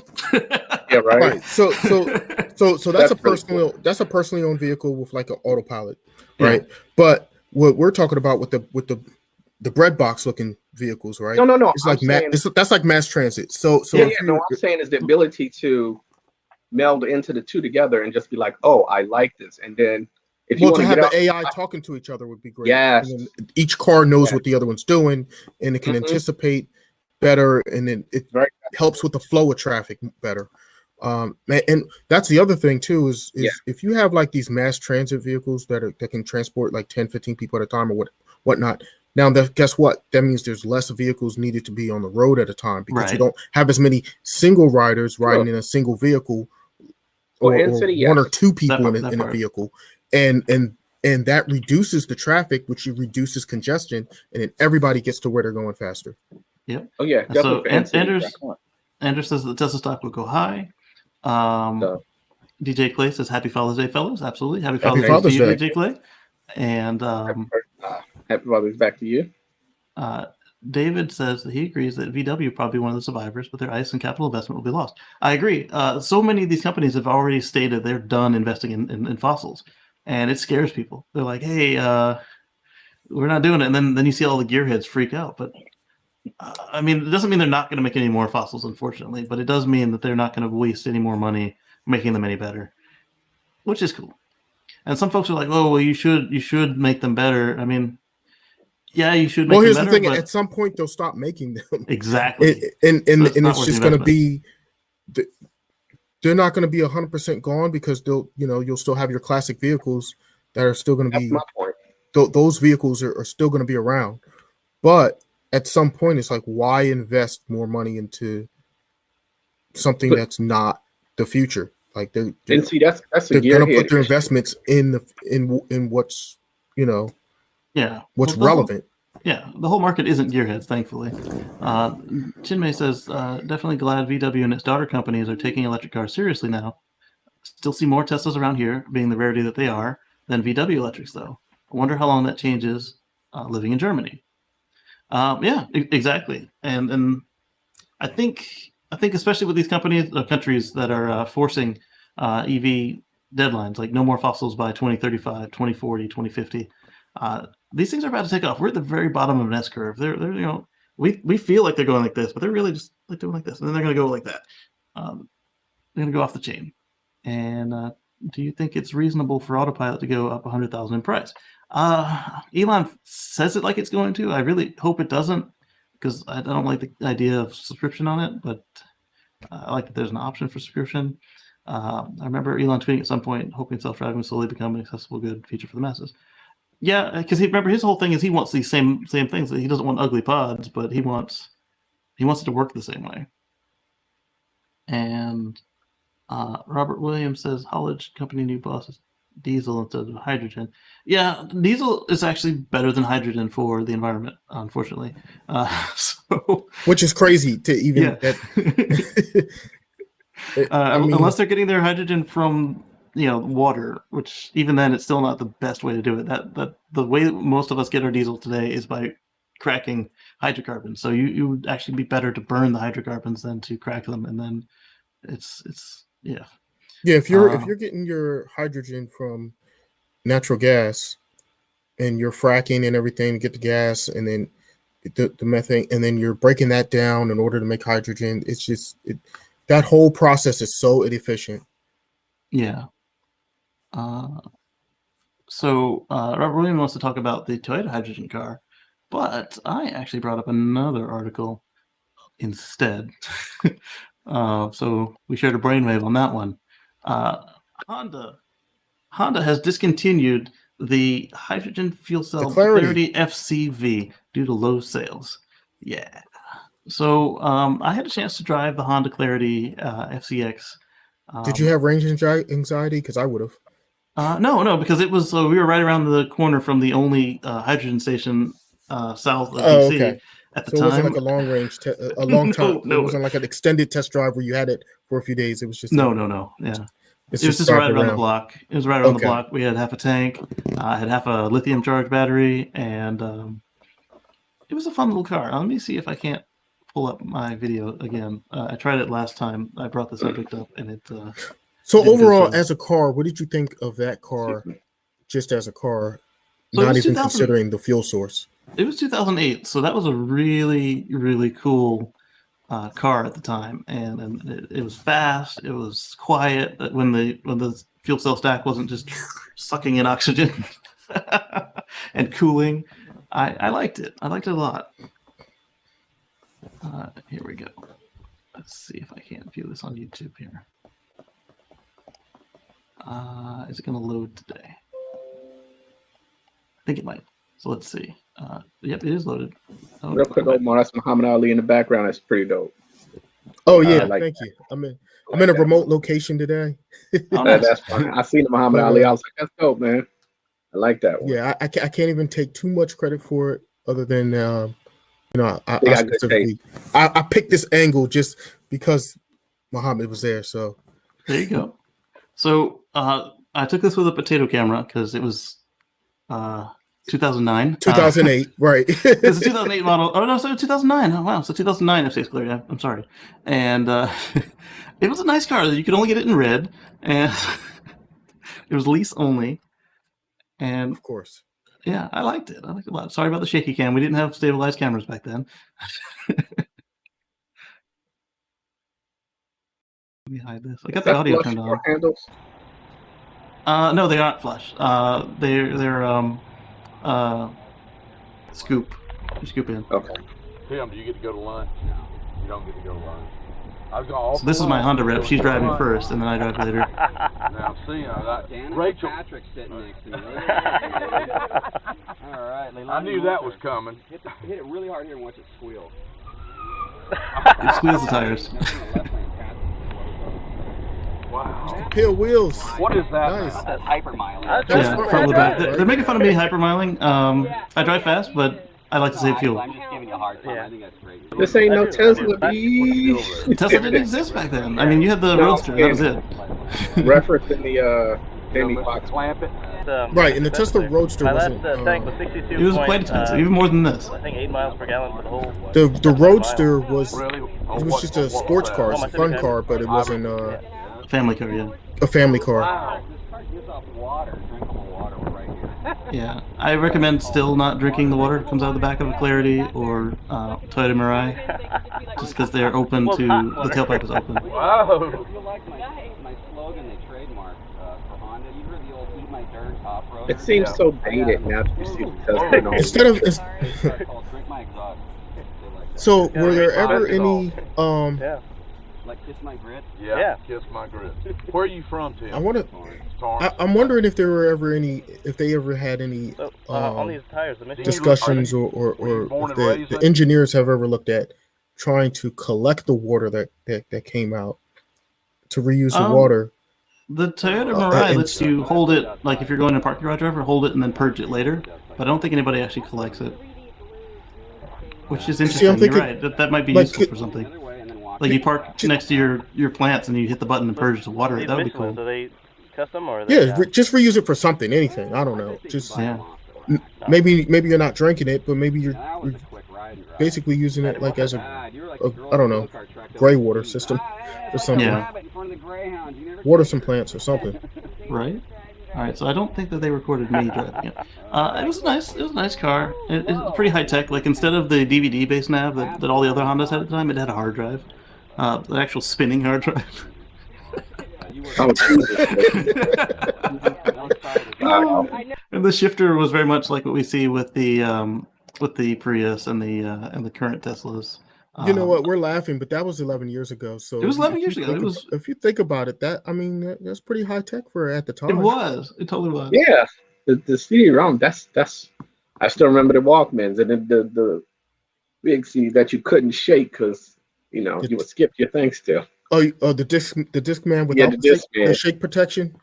You're right. Yeah, but I remember the Walkmans with the tape decks. All right, with the tape players of them. And then you flip this so it plays side two instead of flipping it. Oh God, we're just giving our age up, but yeah, it was great when they had the auto flip and it would actually play the other side for you. Right. You didn't have to take the tape out and flip it.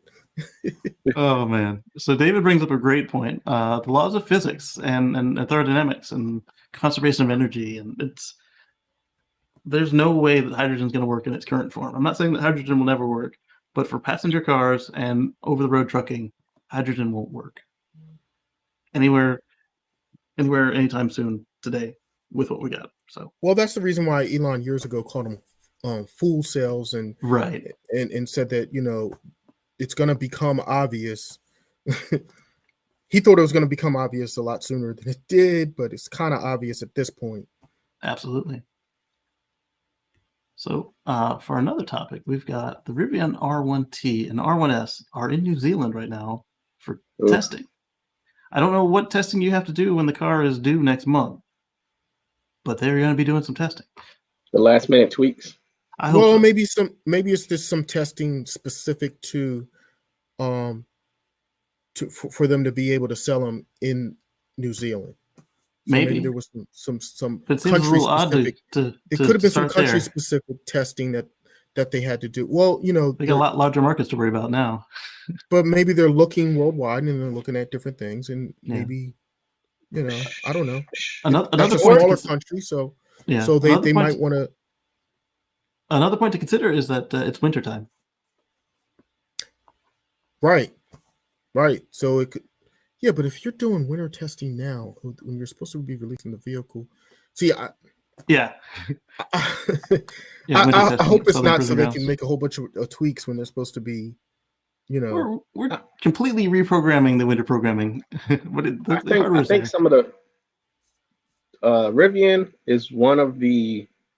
It is on my top 3 of the trucks or the vehicles I like coming out in the EV market, and Ford slightly moved himself up on my list when it came out with the Lightning, but at best it was Tesla and Rivian. So that's a good theory, David. I like David's answer. Yeah, because if it's ready, if it's production ready, and all they're doing is reprogramming how the heaters and everything work to make sure that it doesn't, waste energy keeping warm or fail to keep the vehicle warm enough for longevity. Yeah, I mean, before I buy it, I'd rather know that the software is ready and the vehicle's ready. So yeah, more testing as a future owner would be great. I'm not a future owner, but I know some people who are in line. They were supposed to get it this month, but instead they're getting it next month. Well, I think they're probably getting in August now because of that.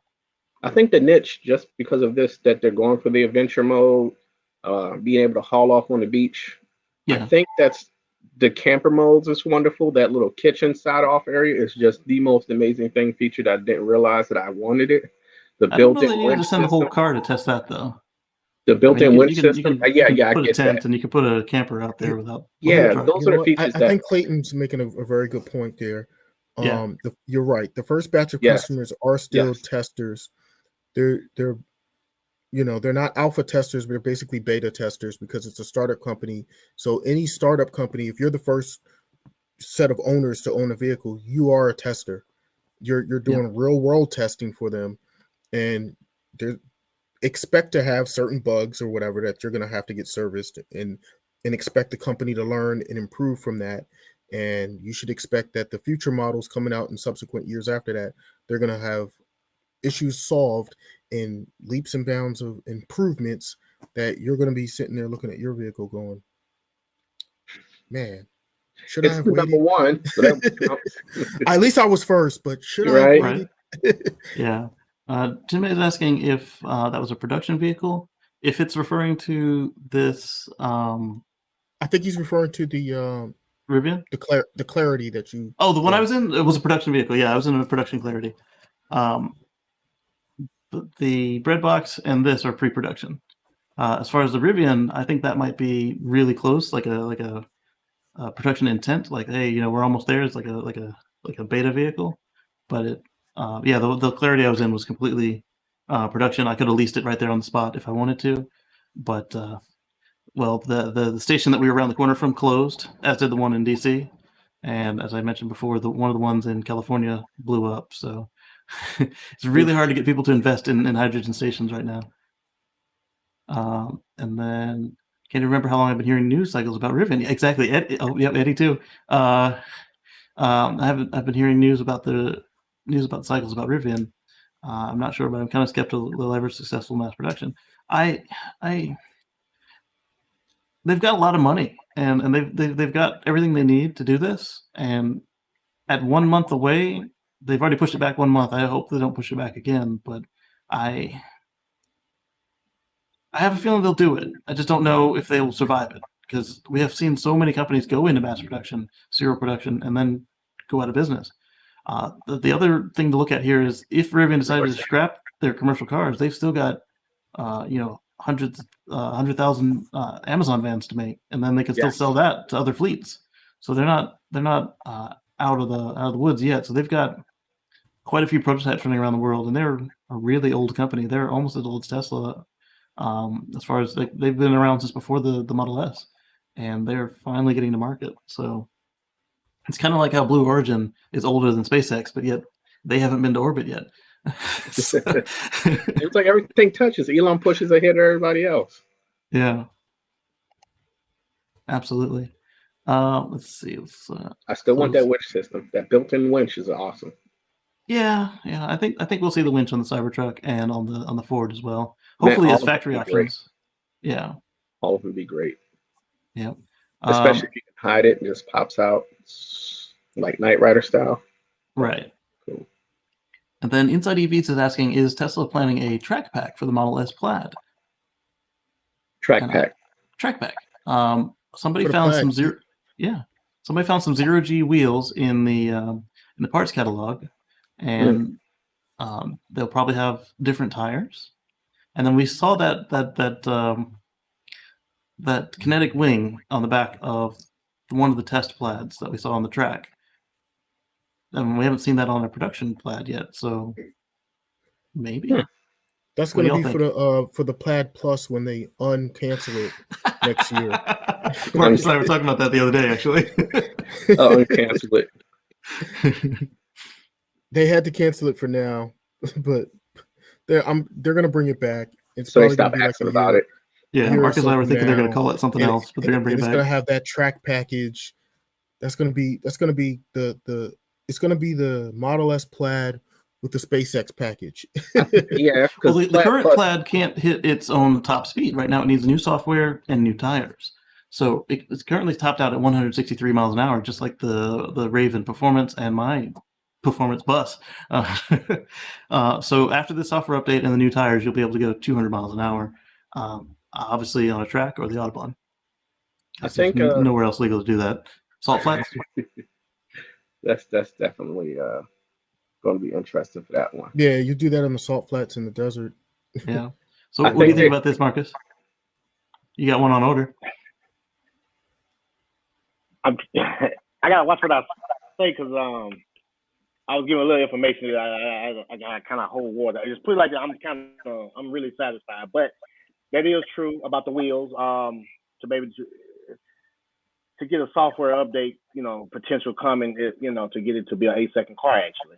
Yeah. Because that's what I'm investing in for what it's all about, lightweight and numbers. But the wheels and tire package, that is something that I was told that it's probably going to actually be released before the end of the year to make that happen. Okay. But I share with you, I got a little something to make it as well. Yeah. You hear me? You got a little something to make, and we're excited to see it. With the custom wheels. Yeah. With the custom wheels for that. Yeah, absolutely. Winch combined with floor-reaching ramp on the Cybertruck is very exciting. Exactly. I can't wait to see what we can do with that. Rivian was founded in 2009, right? So it would actually mean it's younger than Tesla. Yeah, they're younger than Tesla, but they're older than the Model S. Because remember, the first car that Tesla built was a heavy modification of Lotus. I mean, they shared very few parts, but their first ground-up car, the Model S. So, I mean, Rivian's been at this longer than Tesla has as far as ground-up car, and yet we still haven't seen one on the road, and it's frustrating for some folks. Yeah. Hopefully we start seeing them with those roll out. I have faith that they will do something. I just don't have any faith that they will survive it, just because history says they won't. But I hope that they do, because that's, as I keep saying, we need more options. We need more product. We don't need to have they less. are entering into a very popular market segment. So they're not doing the high-end niche sports car market, and they're not doing a small car market. They're going into the pickup truck market, which is the #1 market in the U.S. Yep, they're going into the larger SUV market, which is, again, a very high-demand market segment. And they got the work vans. The work vans is very open right now. Yes. Yeah. So, and that's wide open. They don't, you don't see a ton of competition there right at the moment. Yeah. So you've got short range work vans in Europe. You've got the Ford Transit 1500, which is on a different level than this product. Lightning Motors is making the heavy duty Ford Transits, but they are a conversion shop, so they can only move so fast, and they have to change every time Ford changes. So Rivian has a wide open market in front of them with the work van for now. But because work vans are relatively simpler to make, if somebody smells money in the water, good luck. Oh, and the other thing about the age of Rivian, by the way, so if they're founded in 2009 and Tesla's 2008, and you're saying, well, Rivian's younger than Tesla. Okay, but Tesla had the original Roadster out. Then they had the Model S, then the Model X, then the Model 3, then the Model Y. So the Tesla's come out with 5 different models that it sold in volume. In volume. And Rivian has showed us prototypes. Yeah. We're still waiting. And if you consider the fact that Tesla went basically out of business when they stopped making the Roadster before they regrouped and built the Model S, they didn't. There's a whole year where they made 0 cars. So essentially, they got lapped.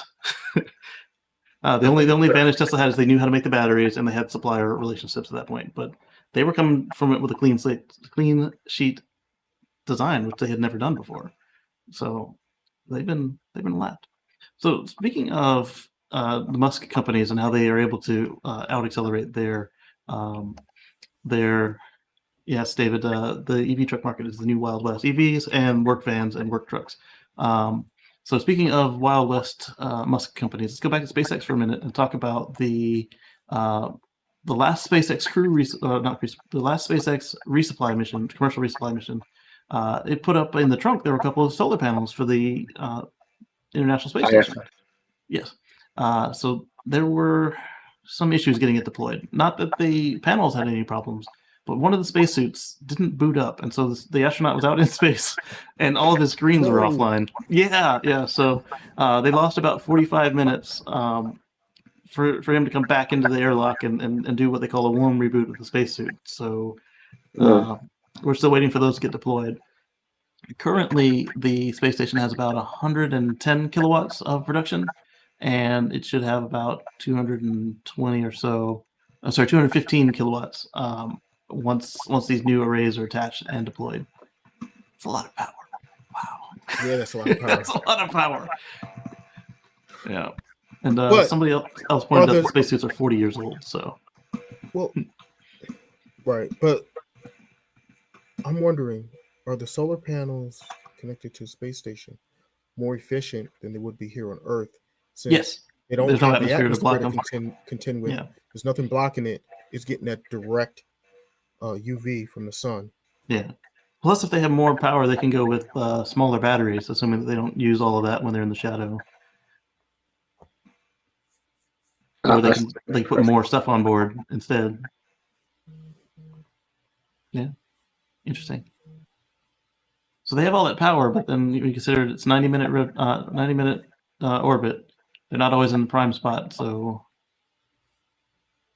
I would say that just like us on Earth, where our nameplate, we don't actually get, say you have a 12 kilowatt system, you're not always getting 12 kilowatt. So I have a feeling that it's the same now. David says they're in now. Okay, good, cool. So they had a small setback. So now it's making 215 kilowatts. That is cool. All right. Still, the fact that they can still push them up that fast is. Yes. I think they're starting to do a launch a month or every 2 months from every time I get an alert. They're doing several launches a month. They've been doing more than once a month. Yeah. Well, it feels like it's more, if not less. They've done over. We're in 6 months, and they've done way more than 6 missions. I think they're on their 20th mission, right, or so. I'll have to look it up. I don't know. I'd have to look it up, but they're going at a very impressive rate. Yes. So Volvo has invested $118 million in their South Carolina plant to produce new EVs. This is around the corner from my house in South Carolina, and my wife and I were driving back to deliver our Powerwall to my dad's garage because I wanted it out of this garage, and we saw part of this. It is huge, and they've got their own road. It's like Volvo Road, and it's got its own exit off the freeway. This is exciting because to see them making investments in EVs is the way to go. Are the chat live streams announced in advance, or is there a schedule for them? The Let's Chats are every Sunday at 1:10 Eastern or 5:10 UTC. Why 1:10 is because I didn't want to get lost in the notifications that hit right at 1 o'clock, and it also gives me a chance if I oversleep. This is on the factory issue. This reminds me of the SK battery plant. I started seeing before COVID. I was seeing going to South Carolina, coming out of Commerce, Georgia. There's the Atlanta drag strips up that way too. But I started seeing the warehouse get built slowly but surely. They kept powering through the little hiccups they had. I think they had a insider espionage trade issue, and then they had the work issue about bringing in too many people that weren't in H-1B visa yet. But they got that plant up now, almost fully functioning to what I see, just from the road. And the Tanger outlet's right there, so all their food, clothing. There's a Walmart across the street on the other side of the highway. So all there at that. Oh, you're talking right there in Charleston, yeah. Yes. So everything that they would need within that area, as far as there's a supercharger now too. Yes. There's chargers even at Tanger outlet too. Yeah, so. Tanger's got some charge points, but the supercharger is great because the charge point is 6.6 kilowatts, so it's kind of slow. Yeah, but supercharger's fast. Yeah, Commerce has that little buildup right there, and to see the SK battery plant factory, it's impressive to see how working transitions again. You went from South Carolina to Georgia. I'm sorry, it's hidden into South Carolina because it's the last thing I see before I hit into South Carolina and hit that border. But you can't get there from Tanger. So at Tanger they also have it's right around the corner from the airport, and But all of that is a good 15 to 30 minutes on the road from the Volvo plant and the Mercedes plant and all of them. But yeah, it's exciting to see more investments in EVs, and to see it really close to home like that is awesome. So Everyday Astronaut was tweeting with Elon, and he was asking about the what I'm now calling the square wheel instead of the yoke, because it's not a real yoke. Is there any chance of a progressive steering ratio with a yoke? I'm seeing lots of early drives showing it to be pretty awkward around town or pulling into parking spots. Having a really tight ratio below 5 miles per hour and a progressively loosening one at high speeds would be great.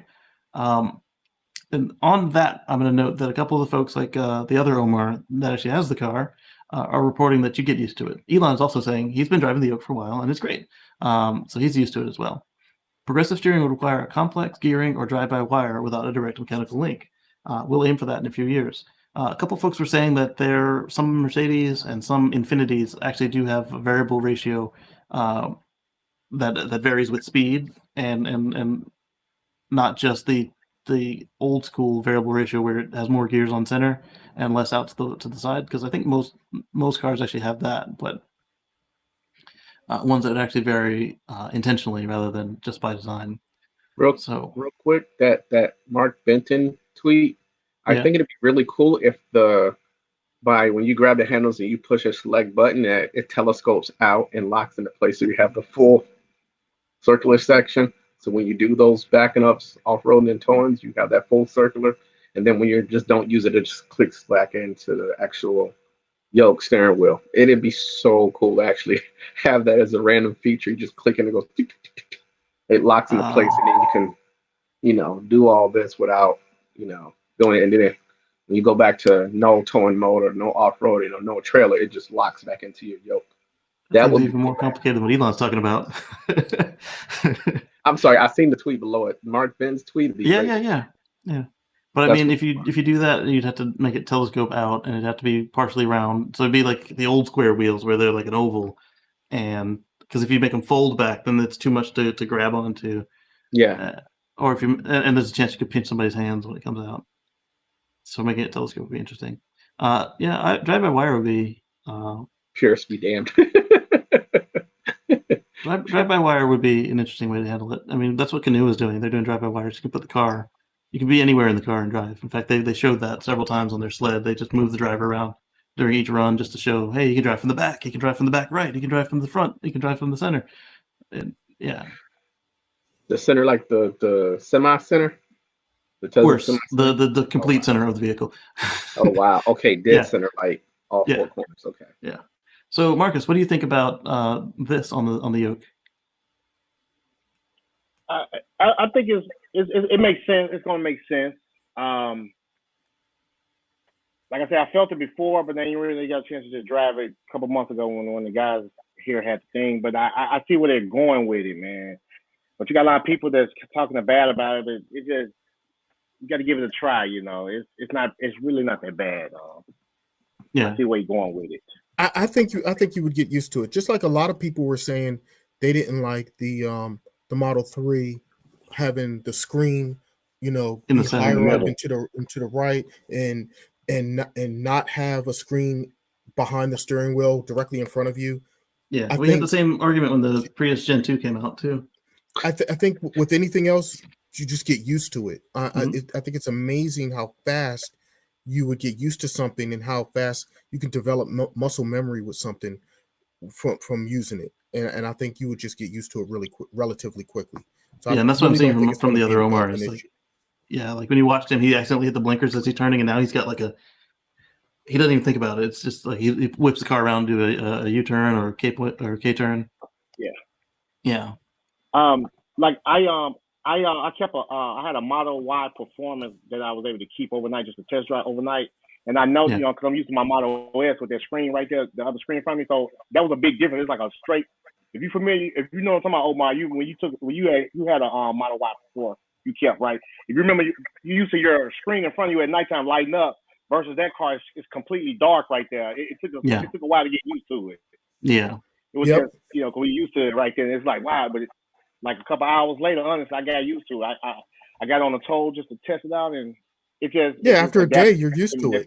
It's not even an issue. Yeah. We've got one more. I was trying to find it to be an issue, but it's just like the way some people do about Tesla. They just try to find everything bad about it. And some people ain't really never drove it. Right. And as Marcus and I were talking offline, a couple of the issues we see with folks who have problems with Tesla is they're actually looking for every little problem to justify the fact that the problem is they can't afford the car and not that they actually don't like the car. It's like, that's really cool and I can afford it, so I'm going to find every way to hate on it possible. Like the young lady I made the video about how to adjust the height of the tailgate. She was saying that the Tesla is the worst car ever because she couldn't reach the tailgate, despite the fact there are 6 different ways to close the tailgate. And so then I made a video showing you how to set the height correctly. And then, the one argument that you can't justify is that she can't find a way to afford the car. And I'm not saying that she's poor or anything. I'm just saying that, the finances aren't set up for it. The Model X is not a inexpensive vehicle, but just because I can't afford the new one doesn't mean that the Plaid Model X is, not good because I can't afford it. No, it's still just as cool. I just can't get one. I want to test drive the hell out of that bitch. Right, like, just like I can't get the new Roadster when it comes out, but that doesn't mean it's not going to be an awesome the Roadster's car. Terrible, yeah. I'm just not getting one. Right. And this is coming from our friends at Drive Tesla Canada. He found that the city of Brampton is offering their first electric fire truck in Ontario. That looks so dope. That is awesome. And it's the perfect use for it. I mean, because what do? All day they sit around at the firehouse, so you can plug it up. so even the diesel ones, when they're at the firehouse, they sit there plugged in all day. Yeah. They plug those in. So especially in they're cold already climates like set Canada. up, the infrastructure wise, they're already really pretty much set up for this. Yeah. So that's awesome. Yeah. That is this when my son likes to look at big fire trucks, I'm right here with him. Like, can I get when and the other thing is when they are on a fire, right? They pull up to a fire or whatever, they leave those diesels running the whole time because that looks like a pumper truck, right? It is. Gonna hey, be Luna. pumping the water out and whatever. Now that thing's going to be quiet. It's going to pull up. It's going to sit there. It's still going to pump the water and do everything that it does, but it's going to run a lot quieter. Yep, and it can idle a lot longer now too because the idle isn't killing the fuel like it does with the diesel. Right, exactly. Because while it's sitting there, it can run the pumps and everything it needs to run without running an engine on top of that. It's just, I think that's a phenomenal use case. Absolutely. That is. I wonder what the cost is on that, because I bet you the initial upfront cost on that is probably not much more than a regular pumper truck, because those fire trucks are super expensive. 18-foot clearance. 18-inch clearance. 18-inch clearance. Yeah, as low as 6.8, so they can just hunker down if they need to as well. Yes, and slide under something. All right, so Q4 2022. They didn't mention the price in here. The price isn't too bad, but it's. I mean, I bet you it's not much worse more than the gas regular, truck. Yeah, because the regular diesel ones they're expensive as well. They're super expensive. Yeah. So, I think the neatest thing about this will be the elevating up to 18 inches. It's less bending down for the stuff that's low, and when it needs to drop, like you need to hook something up. Also, being at an airport, they might not be on the runway. Yes. If you overshoot it or undershoot it, then you need to get up in the sticks. And that's the other benefit with it being electric. It's not going to set the grass on fire further than what the plane has done. Yeah, because I've done CERT team training and trying to pull off of something or trying to just manhandle a hose that manhandled me. But trying to manhandle fire hoses that's great to be having it on a level lower and stuff like that. Yeah. That's definitely cool. Absolutely.